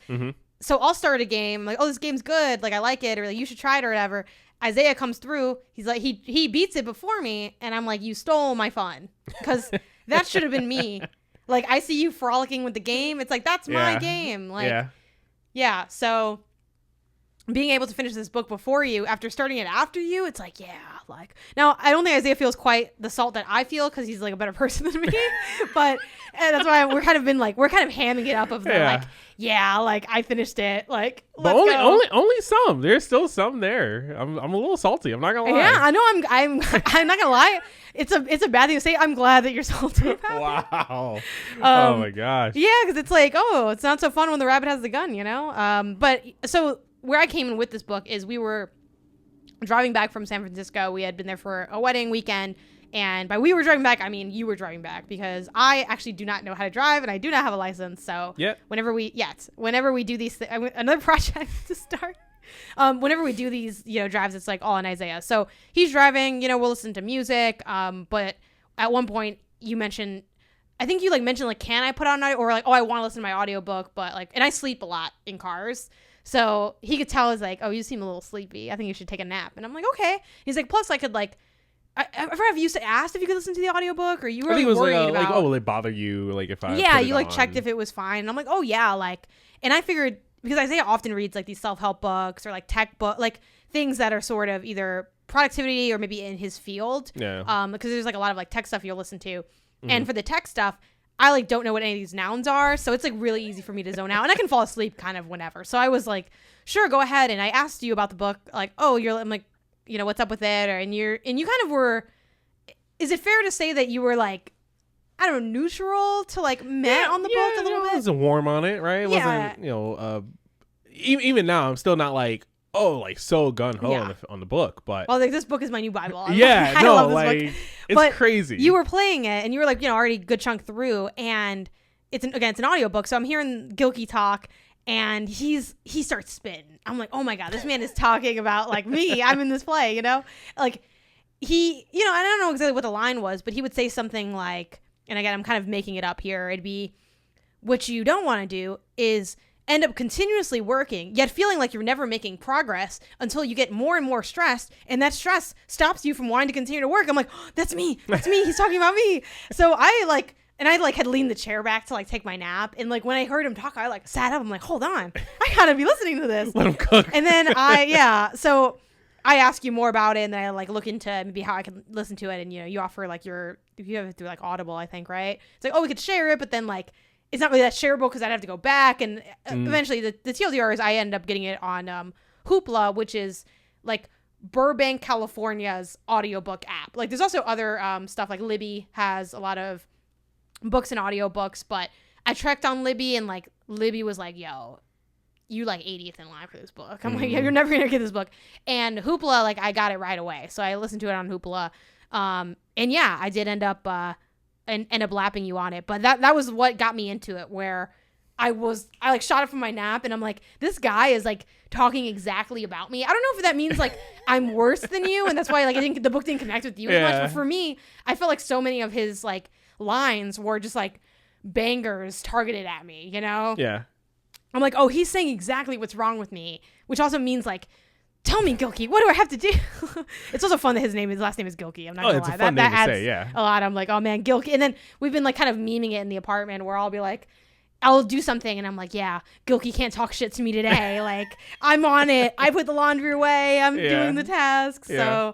So, yeah, that's where I kind of swept in. Yeah, and for clarity, I don't think that the book is bad. I know, like, again, this is Janet's new Bible, but for me, like, because I read so many like personal development books and stuff, it's like a lot of this is like information I've had elsewhere, which I'm sure we'll talk about in a little bit too, about just like, you know, better time management, more like project structural things, like PMing your own life kind of thing. So it is very, very good.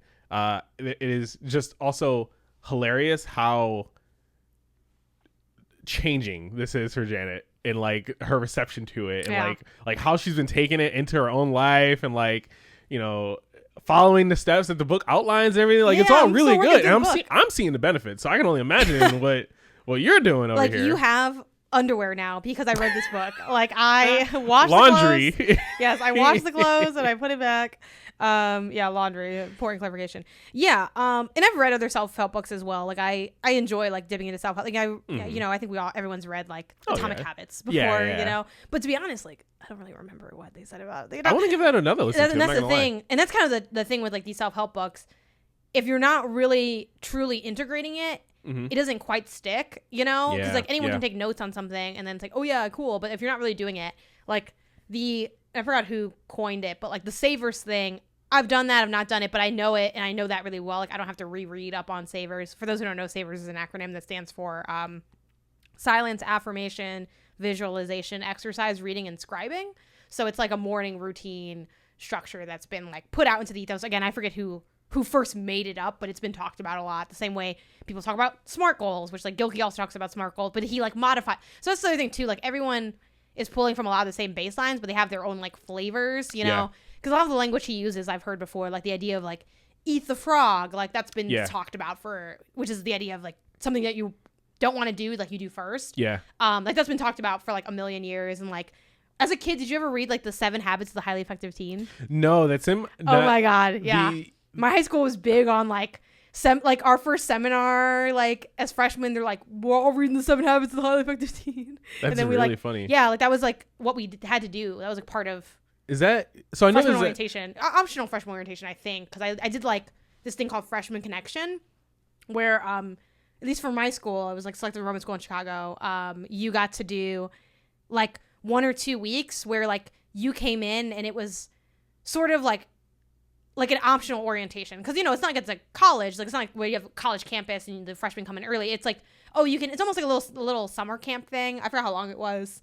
I think it was probably like 2 weeks, but I think that might have been somewhere in there. Or we also had like seminars, like we had seminar days at my school. So potentially one of the mandatory seminars was maybe related to that. Or maybe that was like, I forgot when in my high school journey that book was like, I was forced to read that book.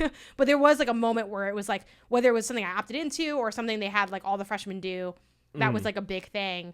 And planners were also very big in my school. Like we had, I mean, a lot of schools sell planners, but we had like a school sold planner that like, or a school given planner. And that was like a big deal. Like all my friends, like I was friends with nothing but like the nerd. I mean, it's a selective Roman school, so you're all kind of like nerds because you like tested in to get this high school. But like all my friends were very studious, so we were all like super into our planners. We would always write our assignments down, and that was so I've been you know, I think you need to do the, I'm sorry, I wasn't aware with your game. Like, I've been in the game for a while. Am I doing well? Mind your business. But, like, I'm reading, I'm doing the work to a degree, you know? I feel like Tom Holland with I know Spanish to a level. Yeah. He says, ¿cuántos años tienes? And he's like, what? That's me with, like, self-help books.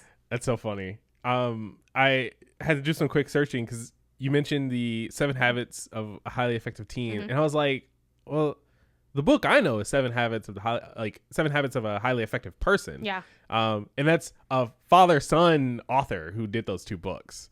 Oh, so wait, the son was the teen? Yeah, I guess. Did he write as a teen? Stephen Covey did the People. Yeah. And then Sean Covey, presumably his son, did the teen. So there's like Nepo self-help baby. I guess there's Nepo self-help baby. Yeah, that's my takeaway from this. I was literally thinking that exact same thing. If our kids start a podcast, are they like Nepo podcasts? Nepo gamers? Yeah. Yeah. So yeah, you finished the book, you liked it, you're taking stuff away from it. Is there one thing, if you had to, give like one, the biggest takeaway you've had from it so far? So you want the FC tactics of this project? Yeah. Okay. The biggest takeaway. I think the biggest takeaway I have is that you need to limit the amount of projects you have, and that you're not a little too much. I don't have too much. And then also, you already have projects, because that's another big component of how Gilkey talks about like the project idea. And that's kind of one thing I think is, again, unique is relative, because I'm sure many people have had the ideas he has, many people have written books that have the same kind of information. But one thing that I think was really cool about what he did is that he is kind of in that, which I know some people will cringe at, but like that workification of life in a way, like everything is a project. He's like, if you have a kid, like that's a project, like, and I think the thing that he really services is so often people overload their work because they don't acknowledge how many projects they already have on their plate. If you work certain full-time jobs, like that could be a project. If you're, he talks about if you do community service, that's a project. Like everything is a project, and he has a like 5 project rule. Now I don't know if he really counts like how granular that gets. Like, does that count? Are my chores a project? Like, he doesn't go super in the weeds on like how your personal life can be projectified, but that's like a big thing that he has. Like, you have to focus on like one at a time, and also the idea of getting one working or finished before you do more. So like my challenge is, a lot of the projects that I do, they don't really have an end. Like this podcast, for instance, is one of our projects. Like, we share this project. Yeah. It doesn't have an end. Obviously, we can end it at any time, but every week until we're like dead or give up, we have this going. So like that's one thing that I wish he addressed more. Like, what is it like when you have like an ongoing project, and like how do you deal with that? But I think I still am able to like glean a lot, because his other thing too is you don't do ideas, you do projects. So like breaking it down to extra steps. So even though like the project that I'm choosing to focus on for this is the Pen to Pixels, my website, and writing for that.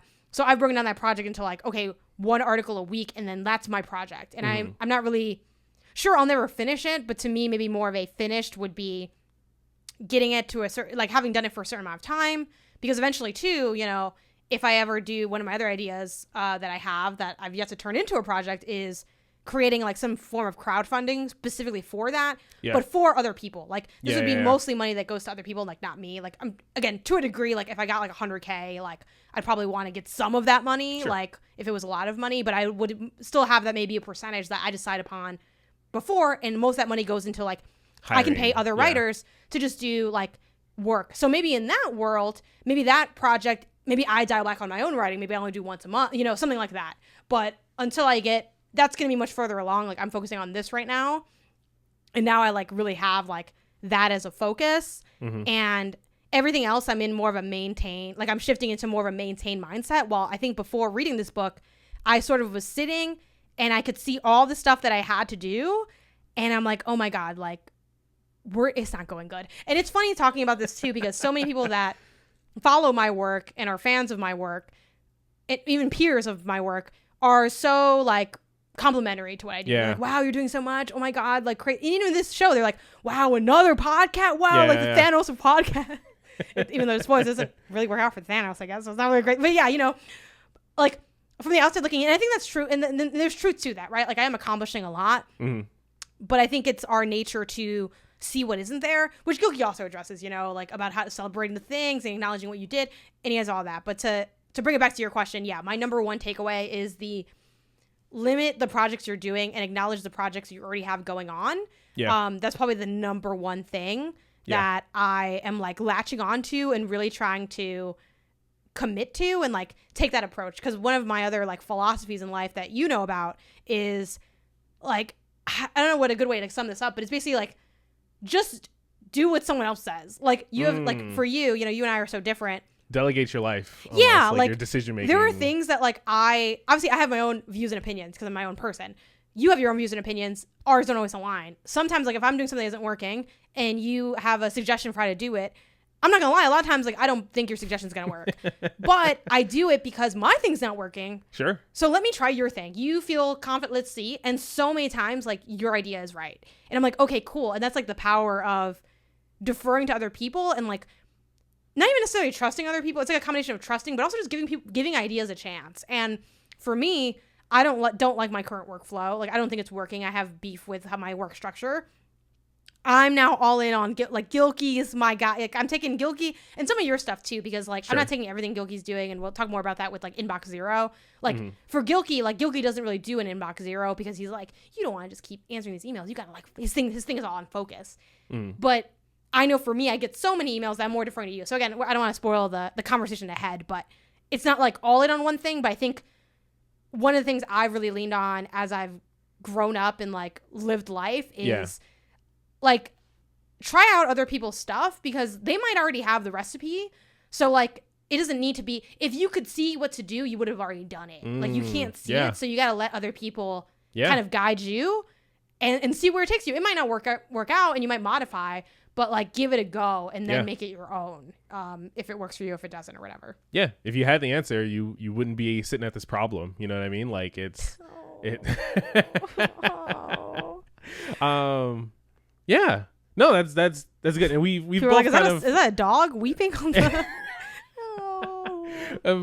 we've both kind of, I feel like, also like grown into that where it's like there are things where I'll be stuck in something, I don't know how to figure out something, I don't know what to do, and I'll just be like, Jana, what do I want? What do I want to do? Yeah. Tell me what to do. And I love doing that. It's so fun.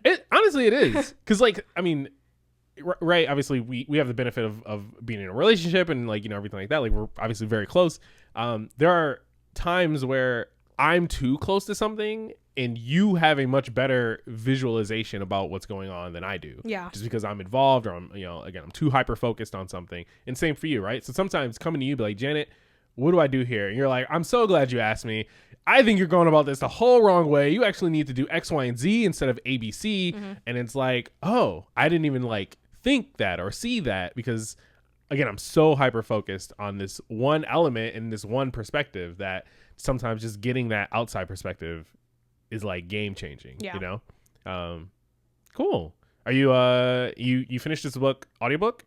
Are you a fan of audiobooks? Do you usually listen to audiobooks? Yeah, I'm we had talked about this before sitting down to record where I'm like, this is our like line in the sand of like we're a pro audiobook podcast because for further background, I have a English and teaching degree, like in background in my like educational history. So like I went to school for English literature, and I also studied secondary education, and I taught English at the high school level for like a year. And a little bit of middle school at one point. I've never worked with kids a lot. Like, and by kids I mean like that middle school to high school age is usually that's where I like do well and feel comfortable. Really little kids, I don't know what's going on over there. Like it's that elementary education is a whole nother thing, and it is so. Whew, I don't even want to think about how hard it is because it's like a whole nother beast. But yeah, I have that background, and for that reason, like I've talked and thought a lot about like reading versus not. I do think the only thing I'll give like people that are, on the like all physical traditional books is I do think if you're developing the skill of reading, like that's its own, like the act of like opening a book, whether it's virtual or physical, and being able to like look at the words on the page and process that, like that is its own skill, and you're not like building into that skill when you have like an audiobook at least not in the same way. So I do think, especially for people that are younger and still developing that skill, it is important that they like have an element of traditional reading because of that. Like, if you were to take like an exam and stuff like it's on paper, like you have to kind of get used to some of that. Mm-hmm. But I think like a good like any reading is reading, you know, like you are still like reading the book and consuming it in like a different way. Yeah. So yeah, like I think audiobooks are great. Like I like to have a good mix going on, and I feel like I read more when I do read an audiobook.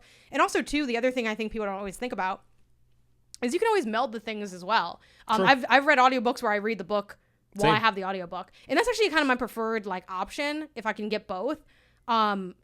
Because then at least I have the option too, like it's easier to refer back to stuff. Like with the Gilkey one, like it like auto went back, and I'm like I had notes that I want to take and stuff. So yeah, but I used to be more like when I was younger, I feel like I thought like, oh, like audiobook, you're not really reading, or like even like e-readers, I'm like, oh no, I'm all in on like paperback. And I do kind of have some preferences, but I feel like any way you can read is more than not. And I feel like reading for a lot of people is a hurdle / an easy thing not to do, and it's like a really valuable thing to do. So yeah, I'm pro audiobook. But what about you?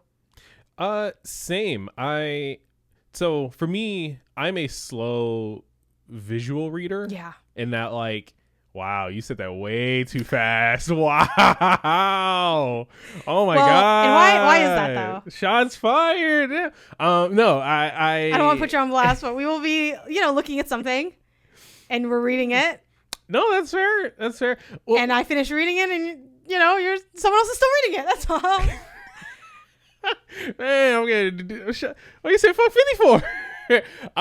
So yes, I'm a slow visual reader. I was never a reader growing up. Yeah. And that's probably a lot of the reason why. Right? It's just like, the act of reading is just like a slower process for me. It's more like, I don't know, it's just slower, right?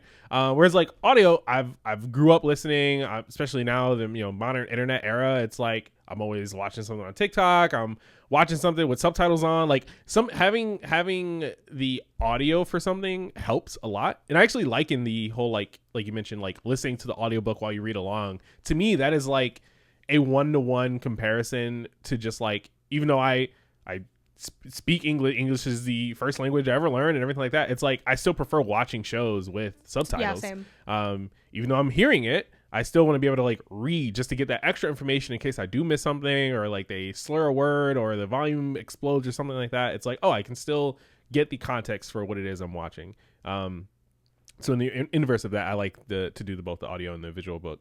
I'm all audiobook at this point. I'm all in on Audible for the most part. I do tend to try and stick to Daddy Bezos is reading you your nighttime stories. yeah, right. What if you read all the books on there? Wouldn't that be scary?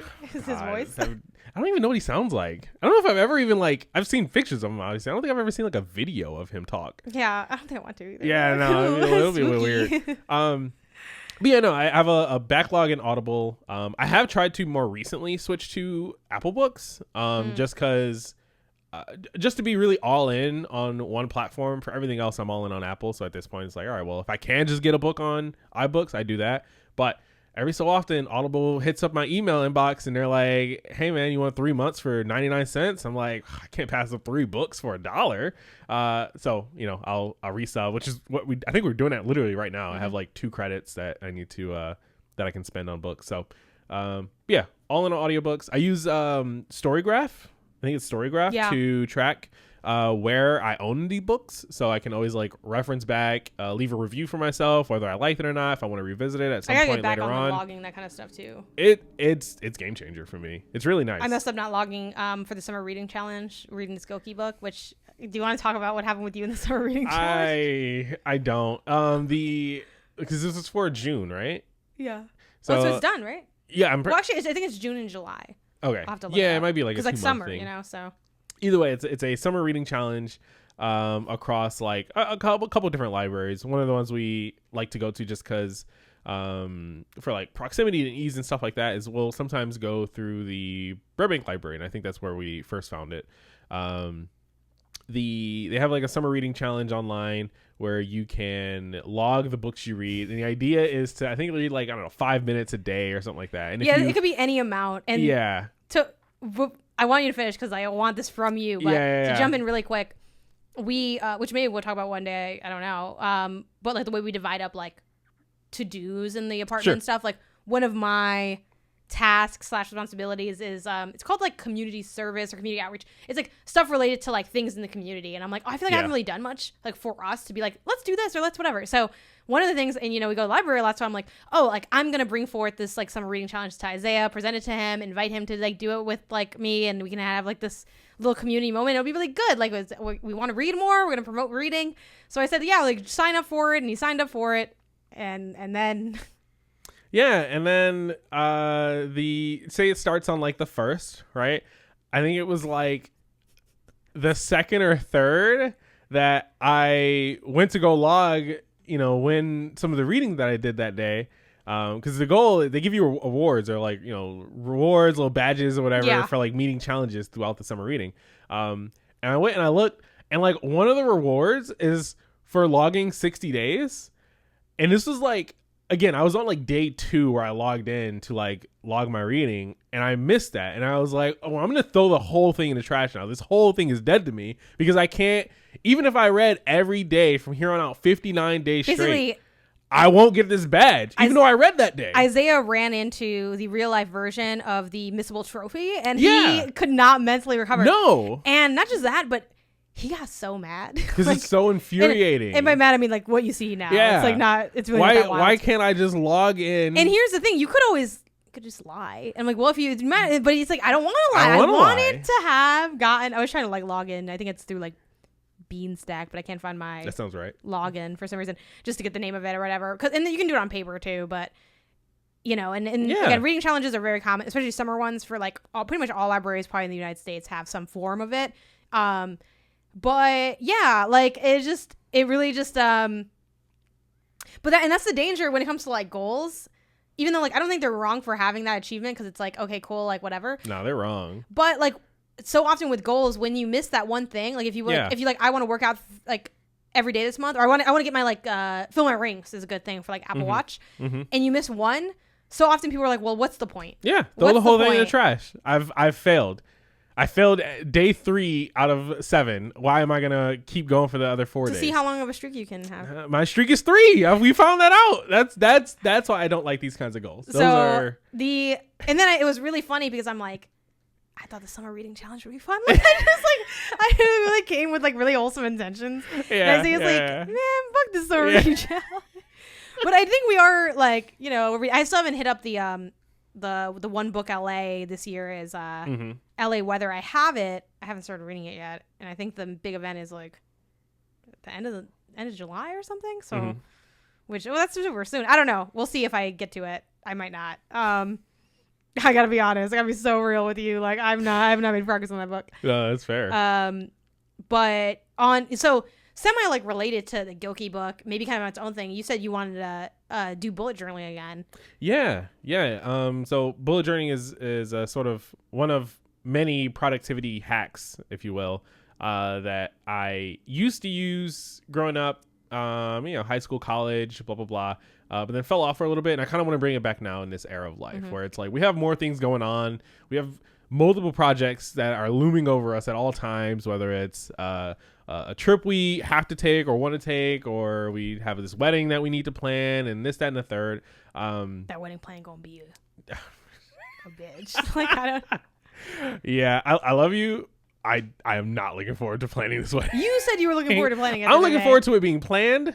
I'm not looking forward to the act of planning. I'm calling Kat because the other day you were like, I'm looking forward to planning it. I'm like, I'm glad you are because.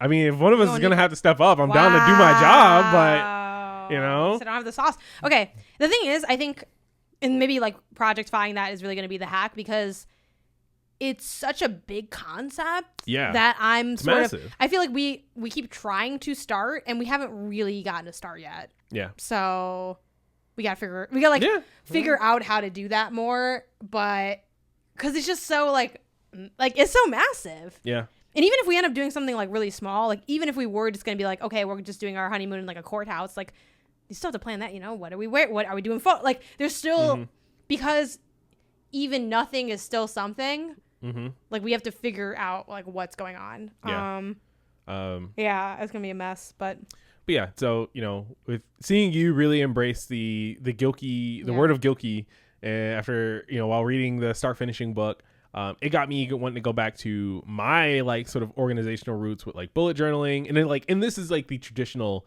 original quote bullet journaling approach, right? I know like bullet journaling has like changed and kind of been adopted into this like create a pretty journal, create a pretty book where you're like stenciling and drawing and designing, and that's totally fine to do, right? I'm not trying to knock the people who do that. I do like fun.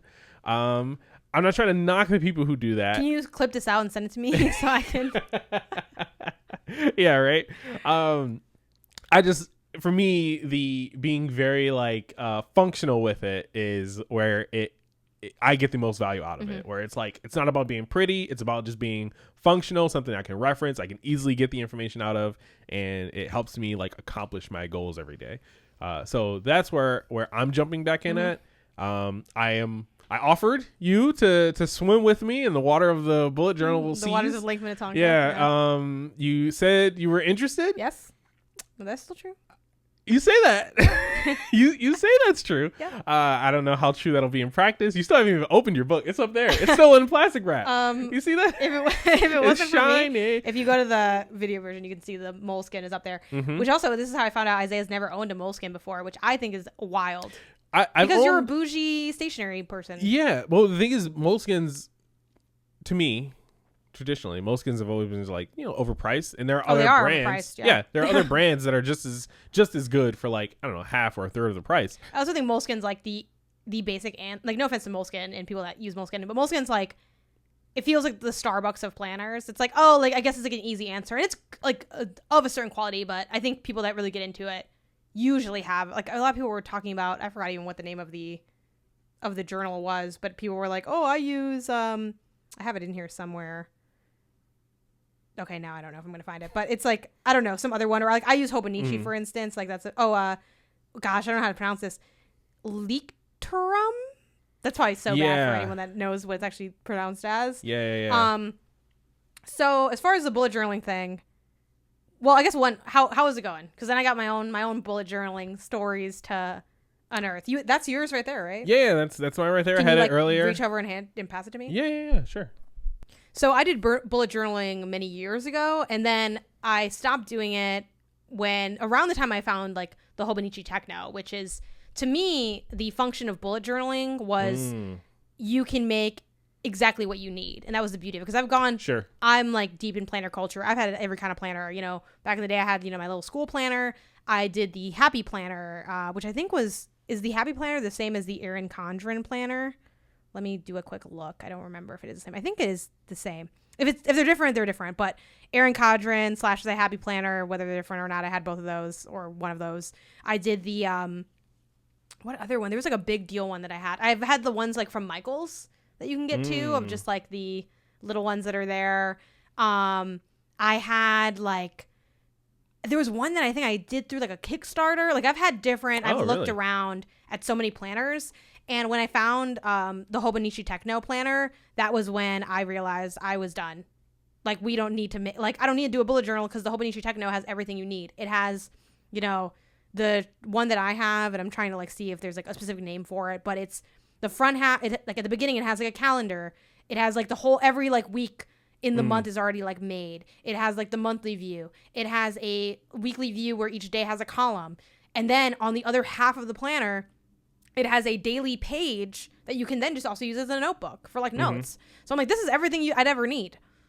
The end. Like, I'm done. Yeah. And I've been using that for, this is like my 3rd or 4th year having it. But I will admit, I kind of like have my eras where I'm using it a lot and then where I'm not. And then this year I also started using Notion, which I tried using Notion before and it didn't really work for me. And then this year I've gotten like really into using Notion. So then it kind of like, that's another reason I stopped using the Hobonichi as much, because I'm like, well, I'm kind of putting a lot of stuff in Notion that I would put in the Hobonichi. So I guess we're just kind of like, see what's up. But again, to go back to my original comment, I am going to give like your idea a shot with like the more traditional bullet journaling. And then maybe I will, because again, I like the look and the everything of the Hobonichi. Like, I wonder if I can kind of meld the two and just like do bullet journaling in my Hobonichi, which I'm sure many people were like, yeah, you can make it for whatever you want because you kind of can. Yeah. But that's kind of where I'm at. But I also, while I open up yours, I want to show you, I found on my Facebook, deep cut. Oh, wow. I went to Facebook to find some things from when I like did some bullet journaling. And I've had like one spread that was like, you know, it was cute, said bullet journal, and it had a bullet bill in there. But this is, and I know like looking at this, you're probably like, yeah, see, this isn't really like bullet journal, whatever. I'll just show you the three, and then we can put it on the screen for people. But I have like an E3 spread. I have a like, I sort of made everything like video gamey. Sorry, I might have ripped this like little bit. I wasn't sure if it was like over the top or what it was, but that's fine. And cool. I had like I did a lot of like hardcore drawing in there. Like I drew like what's the name of the robot from Portal? Is it GLaDOS? Yeah, GLaDOS. OS. Yeah, like GLaDOS. Yeah. The like operating system, like I drew that in there, and like so I definitely am more of a decorative person. Like once I get like the baselines down. But yeah, you have a very classic. It's nice. It looks clean. Like I don't know if you're, you know, it depends on I guess how sensitive the information is in here, but if you can put up some pictures of this would be like kind of fun to just look at maybe the index at least or something. Yeah. But it's nice, and you have really nice handwriting. So that's the thing. I don't have nice handwriting, so I have to put a bunch of stickers in there to kind of like compensate for it. But yeah, how is picking it back up been? Have you had to like look up a lot of like stuff and whatever? Yeah, I did have to like kind of do a quick little search to see like, oh, like what's the like the guy who originated the like bullet journal pattern, Mr. if you Bullet, will. Yeah, Mr. Journal. I did like look back up to see like, okay, like what's like just that recommended way he says to kind of approach it, right? Like, you know, oh, the index, future log, monthly, and then dailies. Yeah. Because I'd forgotten that because I hadn't done it in so long.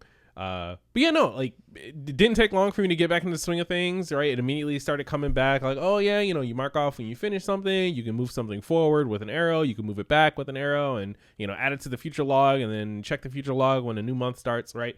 All that jazz works. It works well for me, at least. I'm not going to say it should work well for everyone, but for me, the like simplicity of it is really where the value comes in. Like you, I've also tried Notion. I've tried like pre-designed planners. Yeah. I've tried digital organization tools and apps and things, and all of them eventually, like the more simple, the better something has worked for me. So like before picking up the bullet journal again, I was back into my like Apple reminders and Apple Notes as like my way for tracking things, and that's still really good. Like I still got me back on the reminders. The reminders are goated. Like Apple has, I think, like the best reminders, like just simple reminders app, and that like we put like our shopping list in there. We do there's like I have like sort of recurring events where it's like, oh, pay, you know, car insurance or something like that. It's like, all right, cool, just so I don't forget. Which a lot of that stuff is also in YNAB, which is like a financial planning app that we use. That is a whole nother topic for another day. So many different things. If you want us to revamp your financial life, show you what we use and you know what we recommend. I don't know. Let us know in the comments or shoot us in the inbox, and we can try and plan that for another episode. Pow. But yeah, but yeah, you know, the simpler something is, the more I'm likely to do it, and the more I'm likely to do it, the more I'm likely to stick with it. So for me, this has been that sweet spot. See, for me, I like the pageantry because it makes that area also like a happy place and a place that like I want to spend time in. But I will admit that, well, when you go decorative, you spend a lot of time decorating. And that's also why, but what I would do for that is I sort of pick a time it's not like I'm decorating every day, you know. Sure. It's like, oh, this weekend, like I'm gonna work on my journal and I'm planning, but I'm also like making a pretty layout and like enjoying it, and you kind of can look back on it and it looks really cool. And even in Notion, I have like a little bit of cosmetics. I have the cosmetics streamlined though, just so that I'm not doing like cosmetics all the time. Like the video that there's a video I always point to with like Notion that's like how to set it up like for beginners kind of thing. Here it is. It's called How to Get Started in Notion Without Losing Your Mind, and it's like a 16-minute video. It's a great title. This person does like such a great job. Like literally, just make what I made, and then just there you go. Now you're ready. And it has a couple like little pictures in it. Like it doesn't look ridiculously like cosmetic. Like I don't have special fonts I've imported and done all these other crazy things people can do in Notion. But it's like oh, like you got a couple little pictures. Like I just put pictures of Sailor Moon everywhere. Really, it's just kind of the thing of mine. But what I've liked for Notion is kind of like a reference binder more for me than like a place where I do my planning.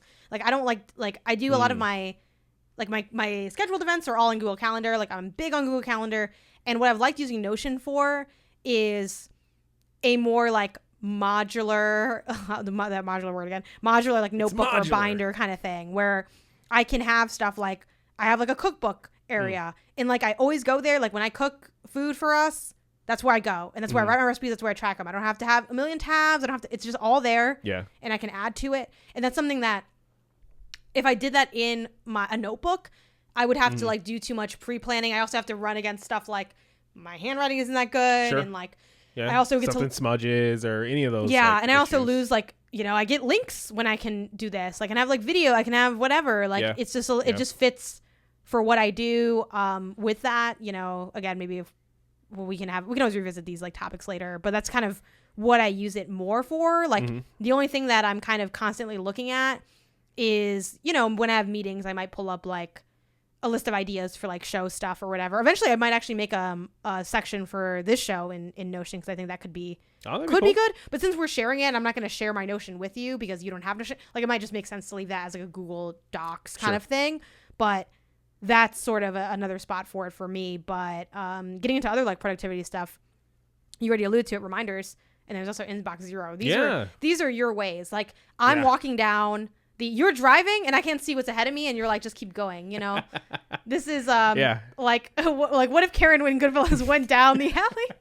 Would I get killed? Like I don't know. Are you setting me up? I don't know if you are, but I've been telling you. Tell me about the Church of Inbox Zero. Yeah, I've been telling you about that you should do Inbox Zero for so long. It feels like it's been like pulling teeth, where it's like I'm trying to help you. You're complaining about a toothache, and I'm like, let me just pull the tooth. Well, here's the thing: is in this metaphor, I'm also saying I don't have money for you to pull the tooth. Like, yeah. And that's but I'm like, it's free. It's free. You're like, I don't have the money. It's been a fight. But it seems like you finally came around. You've tried it. You've gotten down to Inbox Zero. Yes. So for those who don't know, Inbox Zero is the notion of like, for inbox being your email inbox, to as best as possible, right, within some sort of reasonable limitations, keep your inbox at zero. So you read any emails that come in, you archive them when you're done with them, you give each email the attention it needs, and then you sort of get rid of it. So to clarify, it's not just inbox zero, because to me inbox zero is like no unread. This is inbox like empty. Yeah, it's zero. Yeah, but like I think when, like for me at least, when I hear zero, I think just like zero like unread. Oh, gotcha. Yeah, no, like you're archiving when you're done with things. Like or you deleting. go and it's like it's empty. It's like you just signed up for the account. Yeah. Zero, empty. Yeah. Like, some people I think do unread. Yeah, and that's I think most people, in my opinion, let me know in the comments and on socials what y'all interpret inbox zero as. When I hear inbox zero, I hear zero. I think zero unread. I don't think empty. I think I've never thought to like have it empty until like you're like you have to do that, and I'm like, okay, like you said to do it. Yeah. This seems weird. Well, I'm scared. But. And me personally, I think that's fine if your default like view in your mail app is that like you hide unread or you hide read items. Mm-hmm. Like when you are looking at your inbox in whatever app you're using, it should be empty. Whether that's because it doesn't exist, because you archived it, or because you hid it because it's read and like handled. It should be empty. You should be clear slate, like you said, look like a brand new email inbox. Like, when you're moving out and the apartment is empty before you leave, that's what the inbox looks like. Yeah. Now, whether you sold your stuff or just packed it all away, hey, who cares? It's empty. Yeah. So, to me, it's the perfect simplicity of like, if I need something, all of our information is still like Google. If you use Gmail, right, or whoever you're using, like all your stuff is still there. You could always search your archives or delete it or whatever. So if you need to get information, it's there, but it's not on the front of mind. It's out of sight, out of mind to like literal degree, right? It's like you don't see the emails because you've handled them, and when you handle something, you get rid of it. I'm getting stressed just hearing you talk about that. I feel like I'm saying the same thing over and over. So let's hop it back to you. How are you feeling it? Did you you reached inbox zero, right? Yes. Well, technically, I am at inbox 1. Okay. Because I have, and maybe you have a different opinion, so maybe I should just follow what you do. I have a thread with one of the places I work where I like send my invoice. It's like it's like a thread we always use. So every week I'm going here. So I didn't archive that. Do you think I should also archive that? I think in Gmail you can like flag specific threads. I think you should flag it as important. But then once you've like sent your invoice, you archive it because you've done what you needed to do with it. This feels so weird. Okay, hold on, wait, let me look. Well, now it says I have. Hold on, let me look at something because I tried starring it. That might be the same thing in. But I go to starred and it says I have nothing in starred. I should have one thing in starred. Okay, so I'll play around with that maybe on my own time. But yeah, okay, I did hit archive on that. It should be archived. You've handled it. You sent in your invoice. I did send in my invoice. Yes. Yeah, I don't know why it doesn't appear in starred. That's a little bit weird because I do have it starred, but I guess I'll play with that later. And like it's gonna come back because like when they respond in the email, like, it'll be in there, which they will respond because they will say sent and then whatever. Yep. So yeah, now it says nothing in all inboxes. Yeah. Like, I'll screenshot send it to you in case you want to add more of a visual. Yeah, I'll throw it up on the screen. Yeah. So what'd you say? How does it feel? Yeah, how's it feel? You finally did it. What was it? I feel emotionally exhausted. Even just talking about it. It feels how many emails did you have? You ballpark. I had about when I started doing this, when I came to you and I had my mental breakdown, I had about 800 emails. I had 800 emails unread. In total, I had that was me.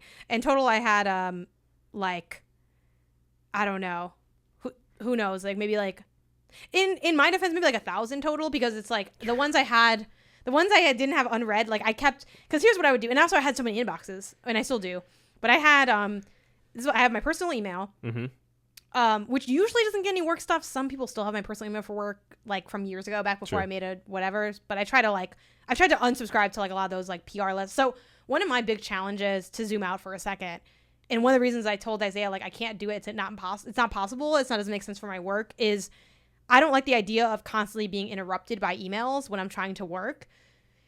But also, what's funny about me having that stance is, like, it'd be one thing if I was hitting these really focused time blocks already, and I'm like, I just don't answer email. That's why I'm behind, you know? But that's not true. It's not like I was, like, setting aside time for, like, emails, and I just was never catching up. It's like, I kind of was just messy with, everything was messy to begin with. So that's kind of why I couldn't really stand on my hesitation with Inbox Zero at first was, I can't just respond to stuff as it comes in because I get so much stuff. Once I like got everything caught up, even getting hit with 3, it's like, okay, well, it's only 3. And because the emails I get a lot of, and I think that makes my inbox so much bigger than like some other people's, is I am signed up for many, many, many gaming PR lists. And I have PR lists again across 2 inboxes, my work inbox, like my Pen to Pixels inbox, and my MinMax inbox, because I also have a MinMax email. So, and you know, I know there's probably plenty of PR people listening. I get it. It's the job. You're hustling your games. Sometimes those emails are like things that I need to deal with, like, oh, review codes that I want to like ask for or something. A lot of times it'll be like, Zabumafu 2 has a new cinematic trailer detail. Like, okay, first of all, I don't even know who you are, what's going on. Like, sure, you know, sure. So a lot of these things I don't actually have to do a lot with, but I need, they build up really fast. Yeah. And then not to mention if there's like, you know, if I get that email across like 2 different places, and then and then like it just starts to snowball really, really fast. And then emails that I'm holding on to, I'll have stuff like, oh, this one person emailed me a year ago about maybe doing like a mock review with them, but we didn't end up doing a mock review. But like now I have their name like there in case I want to like look back at it. But like also I'm not looking back at it. And that's the thing. One strength I have is I do have a lot of self-awareness, but my weakness is that I don't actually like, I'm outside of the door of the solution, and I'm like, I got my hand on the handle, and I'm like, yup. Just open the door. No, I'm scared. Like I'm crying. Open the door. Janet, you can do it. Just pull. It reminds me of like one time when I was a kid, I thought I was drowning.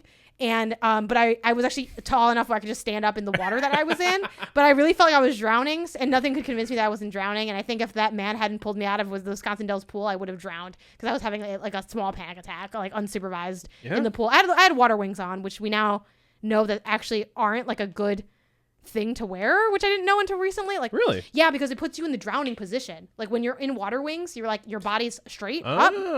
So even though like people do it because like my kid, they're like, if your kid cannot swim, your kid should not be in the pool, like just having fun pool time.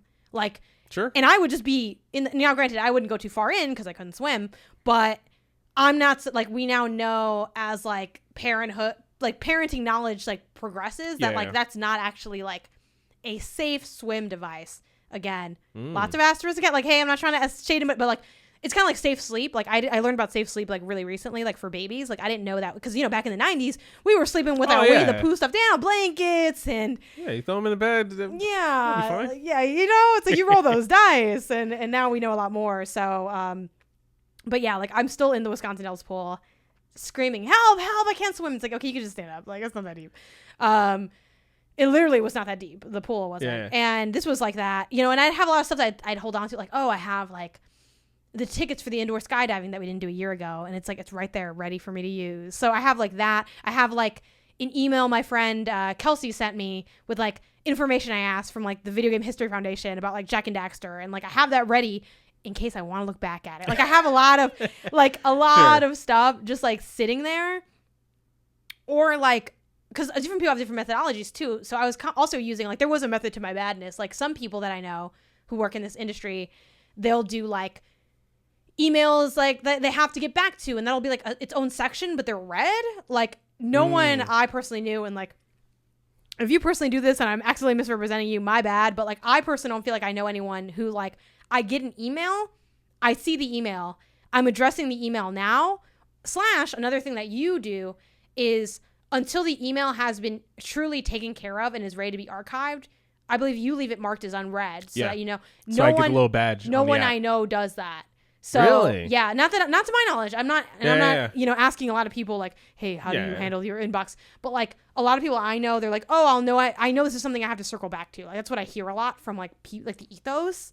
So like what you're doing, I don't know anyone that's doing that. So I'm like, oh, I wasn't really like, not only did I have my own problems, but I was also using solutions that are very different than your solutions. So like what you were suggesting, I like don't understand and I don't know. But I'm like, okay, Isaiah says like I came to you with my mental breakdown. You said this is how I solve it.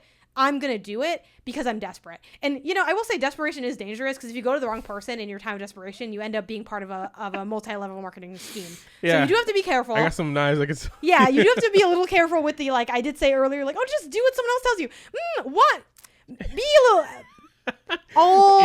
relative fair, because but you're someone that I like really, you know, respect and I trust and that like is knowledgeable, you know.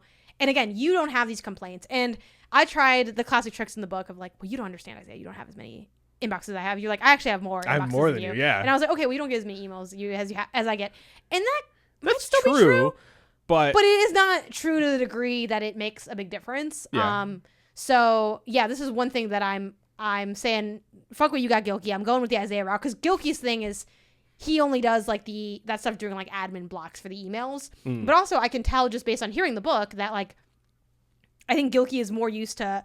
I don't think Gilkey works with a lot of people that get like video game PR emails constantly. Yeah. Like maybe he does. Like I'm not trying to like add his clientele, but like I feel like because like I think in his world and the people he works with, the emails are more like, I don't know, Isaiah emailed me about this podcast and I'm getting back to it. Yeah. Like my emails are just like, it's like, imagine, you know how like you accidentally sign up for like a Target newsletter and Target's like on your ass? Mm-hmm. That's like me, but I purposely signed up for these gaming marketing emails and every gaming PR industry is on my ass. Like, and again, that's their job. And it's also, I want to, because you asked me that too. You're like, well, do you want emails about all these things?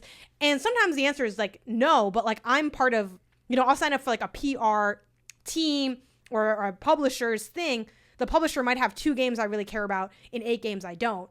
But I want to be part of their thing. And sometimes you can like adjust those like, hey, I want to know about this game and not about this game. Sometimes you can't. But more often than not, they're like, hey, you're part of Zabufu Games Inc.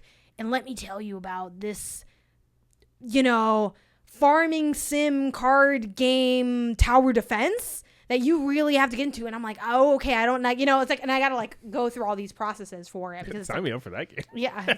You're already signed up. They're knocking on the door.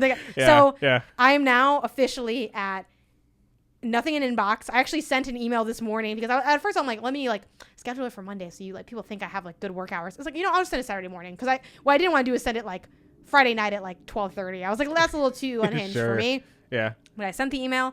I archived it, and I feel like things are already, this is going to like make you scream, but I feel like things are already working nicer for me where I'm like, okay, like, you know, I'm sort of connecting with, with the people in the industry better. I'm going to be more on top of stuff. Like I emailed like a PR person. They're like, and obviously PR is always going to be nice to you because they're like PR. It's like their job is to just be good and promote the game. Yeah. But I'm like, oh, here's what I wrote about for this thing. And they're like, cool. Thanks for sending this over. Like, how much do they really give a fuck? I don't know. It's debatable. Who cares? But they said, I hit up there was like an old thing from May where I was like, Isaiah, I didn't do anything with this game. What do I tell them? And you're like, just respond. And then I'm like, cool, I'm gonna work in the game a little bit. And I sent them over my coverage of what I've done so far. And it's like, okay, like I can see like it feels like I pulled a blanket over myself. And then you're like, just take the blanket off. And I'm like, no, I'm going to be too cold. And you're like, it's fine. And then I'm like, and you're like, you were actually suffocating yourself. And if you kept doing this, you were going to pass out. And I'm like, oh my God, that was a close call. Oh, man. So, yeah, inbox empty is more, I think, what I call the inbox zero. I'm at inbox empty right now. And it feels good. And as like, I've gotten some emails. Like, I woke up the other day and people were hitting my line with like 5 emails. And I opened them all and I glanced through the ones and whatever. And it's like, yeah. I feel like I can do this. Like nice. I have stood up in the pool and there I am. So yeah. I'm a little scared because I've fallen off every time I've tried to do this, but I've never done it. I've never done it the way that you had me do it. Sure. I've only done it my way, which is like just nothing red and everything's red. It also I feel like also when your inbox is zero, like there's nothing visually there, then it's very clear when you get something too. So it's easier to keep track of the things you have in your inbox. I also then hit a lot of labels that back in the day, labels that I had were things like tickets and receipts was a label. Oh, okay. Yeah, sure. But it was a label visible in my inbox and that stuff was in there also. Okay. I also had starred, which is like, I don't know, like the vibes, like you start. Mm-hmm. I also had codes and I also had like basically things to circle back to, like mm-hmm. ongoing conversations is what I called it. Yeah. Because for some reason, I had this fear that, like, if I'm having a conversation with someone and I archive it, what if it doesn't, like, when they respond, what if I, like, don't see it, even though I know that you, like...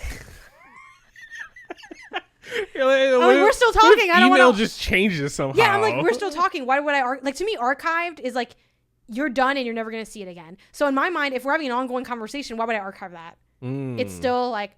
Because to me, in the archives, like, I picture that as, like, we're putting it away in storage, but I'm like, no, I'm going to use this. Why would I store it away if I'm going to be using it? Yeah, no, it's more just like, this is, your inbox is like the top of your desk. And it's like, you want to take care of the things that are sitting on top of your desk. So full.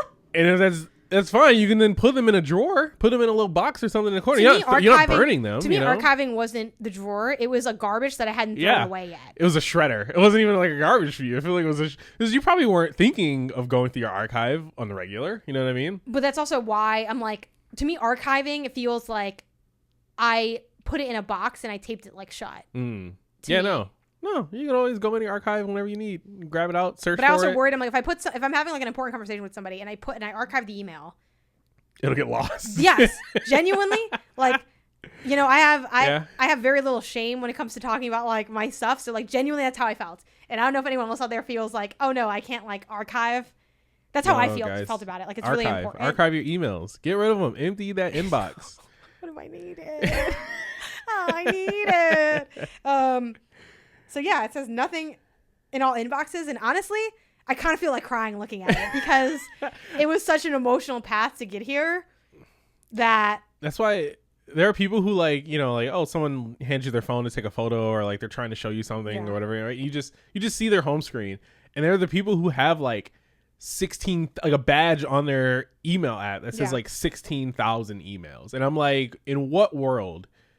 Just turn the badge off one at that point. Like you're clearly that number means nothing to you, right? If it did, you do something about it. But for me, that's like one of the biggest things is that like you hijack the badge. I'm starring some stuff now too because I've also starred. No, hijack the badge. Like for me, it's like if I see a badge on like Twitter or Instagram or something like that, to me that's like my little like monkey brain is like, oh, I want to click that and I want to read it. But I was always worried that if I put because that's the other thing too, I didn't have badges on and I didn't have notifications on for my email either. That's a big mistake. Yeah. Yeah.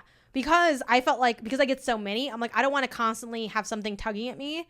But the funny thing about that mindset is, again, it would be one thing if like, oh yeah, I'm really locked in when I'm locked in and then I'm clearing the email. But again, my thing didn't work. There was I never got, like in my mind, I'm like, I'm going to set aside time to go through all these emails. But I never actually set that aside. So I had like, it's almost like, if you start doing something, it's like if I start working on a car but I don't finish working on a car. You can't drive it yet, though, because Yeah. you have to finish working on the car.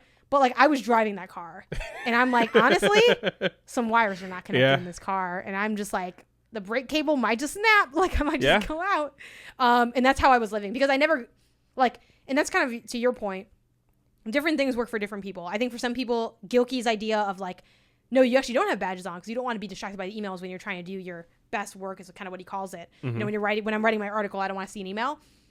But that only works because in Gilkey's thing, you have time that you do your emails. You set a time side to do it. And I think that can also work. But for me, let's be real, I wasn't doing anything. I was just kind of living. And I had caught up on my emails, and then SGF happened. And then I got more and more. And this is something else that happens to me that Gilkey called out, where I have something that I worry about and I feel guilty about. And I worry and I feel guilty. And then a banger line he had was, when you put something off and you create dread and guilt around it, even if that task is something like, you know, watering the plants is something that I've been like trying to get back into regularly or whatever. Like, let's use that as an example of the task. When I let that go long enough, the guilt and the dread builds so that the task of watering the plants now feels bigger because it has the guilt and dread attached to it. Mm-hmm. So the task is now bigger. And then the bigger the task gets, the less you want to do it because you're like, oh my God, I don't have time. I can't take all this time. It's too much. It's too much. It's too much. And you freak out. And that's basically been my cycle. I've just been freaking out forever, for years. Yep. And yeah. And I, you know, in my desperation, I turned to a man I didn't fully understand. And that man is Isaiah Smith. And I'm just doing his thing, and we'll see how it goes. Yeah. So, and then Reminders is kind of a similar thing. Yeah, Reminder, similar idea, right? Where it's like, oh, so many times I'll get, you know, pinged about something at work that I need to do, or just like around the house, like, you know, you fair enough. Understandably, you've been on me about like putting my my like case on my 3D printer that I got, and it's like, God. I've been waiting for that I gotta do that. Let me put it in the reminders. Let me make sure the badge is on. I don't know if I can do it today, just because today's already pretty busy. We already got other stuff planned after this, but I could probably get to it tomorrow. I can try to get to it tomorrow. I don't like that. I'll probably try. Can we just get that done? No, I'm not gonna commit to. So you're a false god. No, I have other stuff that I need to do. There's other things. What date is on there for the reminders right now for that 3D printer case? Oh, man. Does it have a date? Because everything's supposed to have like a date and a deadline. I might have removed it. I removed it and I put it in my bullet journal. This is, again, I'm moving stuff. I'm trying to move some stuff over to the bullet journal. So you're leaving reminders and going to the bullet journal? No, I'm going to leave reminders for things that are like recurring. Just because then I can get the auto notifications. I get that badge. I know that something's new. But for like one-off things, I'm trying to keep that in the bullet journal. Okay.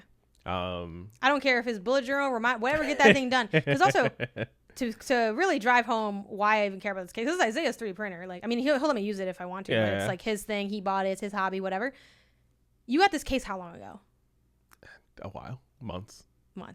Yeah. At least months. Yeah. Probably not a year yet, but definitely probably not months. a year, but months. How many boxes does this thing have? It's no lie. It's like 16 boxes. Yes. Now, they're not all they're like smallish. huge. They're like the size of like if you bought a laptop and like the size of that box, it's like they're around that kind of size. Maybe the biggest one might be bigger than that, but like. Yeah, there's like 3 or 4 of that size. Some that are like half that size. A couple that are like, you know, a little inch by 2 inches or something like that. But they're that almost makes it worse because then they like don't like Tetris together well. It's like some are falling over and toppling over. Some things are in just like bubble wrap just based on how they sent it because it's like a more like, you know, delicate part. Yeah, and or where something. are you storing these?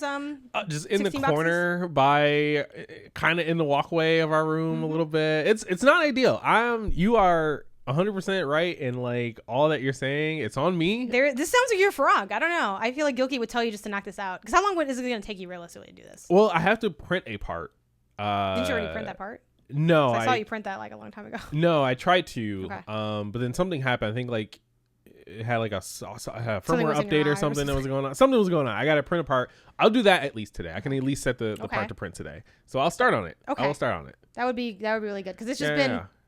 It's been sitting there for a long time. And the only reason I've never gotten on you about it, really, like I've mentioned it like 1 or 2 times, but before today, or like this kind of era of our lives, our bedroom was also mostly where Isaiah works. So I'm like, hey, this is kind of your space. Yeah. You don't get on me about like the cleanliness of my office because it's like it's not a shared space. Like this is my space. You know, you also don't like get on me about like how my bathroom is, and I don't get on you on your bathroom because it's not my bathroom. Like, do your thing. Now that it really is just our room again. I'm like, hey. Yeah, no, that's fair. I don't want my room. I gotta respect our space. That's fair. Yeah. So let he who does not have the glass printer case box sitting for 6 months cast the first stone. You're right. Yeah. You're right. But yeah, so the Reminders app, just to, be brief with it. For me, the reason the Reminders app didn't work for me is I just don't do it. That's fair. Life hack, you just don't do it. So I haven't set deadlines on all my reminders yet, but that's like, we're going to the library later today. What I'm going to be working on is like my Reminders app, and also the Start Finishing book by Gilkey also has like, I think they're free. I hope they're free. Like printables from like his website. So I'm going to print some of those out, especially because unfortunately, kind of the audiobook, it kind of auto got returned. So I lost my bookmarks, which sucks. I wasn't done like doing my parts, because he has like parts like, and now you write this. Like I did one of those big steps, but I haven't done the like some of the project like numbers, the like monthly, the quarterly. Like I haven't done some of those things, some of those bigger picture plannings. So I'm going to do that. And then we'll see if I have time to get to like the bullet journaling aspect of it. Which again, my hope is to still graduate back to my Hobonichi, because I love my Hobonichi. Sure. It is a good book. But I didn't want to be like left out of the bullet journaling vibe, because Isaiah offered to. He's like, I'll get you a Moleskine. I'm like, well, I'm not going to say no to free Moleskine. Like, yeah, like definitely. Like, let me give this a go, and then we can kind of like do that together. So, yeah. If I have an empty inbox, I think you need to have a glass case on the 3D printer. That's fair. That's fair. This is our cultural exchange. That is absolutely fair. I got I'm not pushing back at all during this conversation. I fucked up. That is when we get back here next week. I better hear. I will say I can do it by next episode. Yeah. That'll hold me accountable. That'll give me something, a goal, a deadline. Yeah. Yeah. And with that, that's it for this week. You can send us your questions and topics to the email inbox@gamesandnotgames.com, which we are very much on collectively, keeping track of everything, getting it organized. It's empty, but it's like everything is going where it needs to go. Yeah. We're on it. We're inbox zeroing even we are the not going to miss inbox. What you send in. We got y'all. And you can follow the podcast version of this show on Apple Podcasts, Spotify, Pocket Casts, and everywhere else you get your podcasts. If you enjoy the show, be sure to give us that 5-star rating. Yeah. And if you're an audio listener, you can find the video version of the show over on YouTube at Games and Not Games. If you like the episode, be sure to give it a like. It helps us surface us in front of new viewers, new listeners. Helps us grow, and it's much appreciated. Lastly, give us a follow over on social media. We're on Twitter or X at Games and Not, and everywhere else we're at Games and Not Games. So that's like Instagram, Threads, Blue Sky, TikTok, you name it. I think we got it. So, yeah, good episode, good time. Gang, gang. Gang, gang. Peace.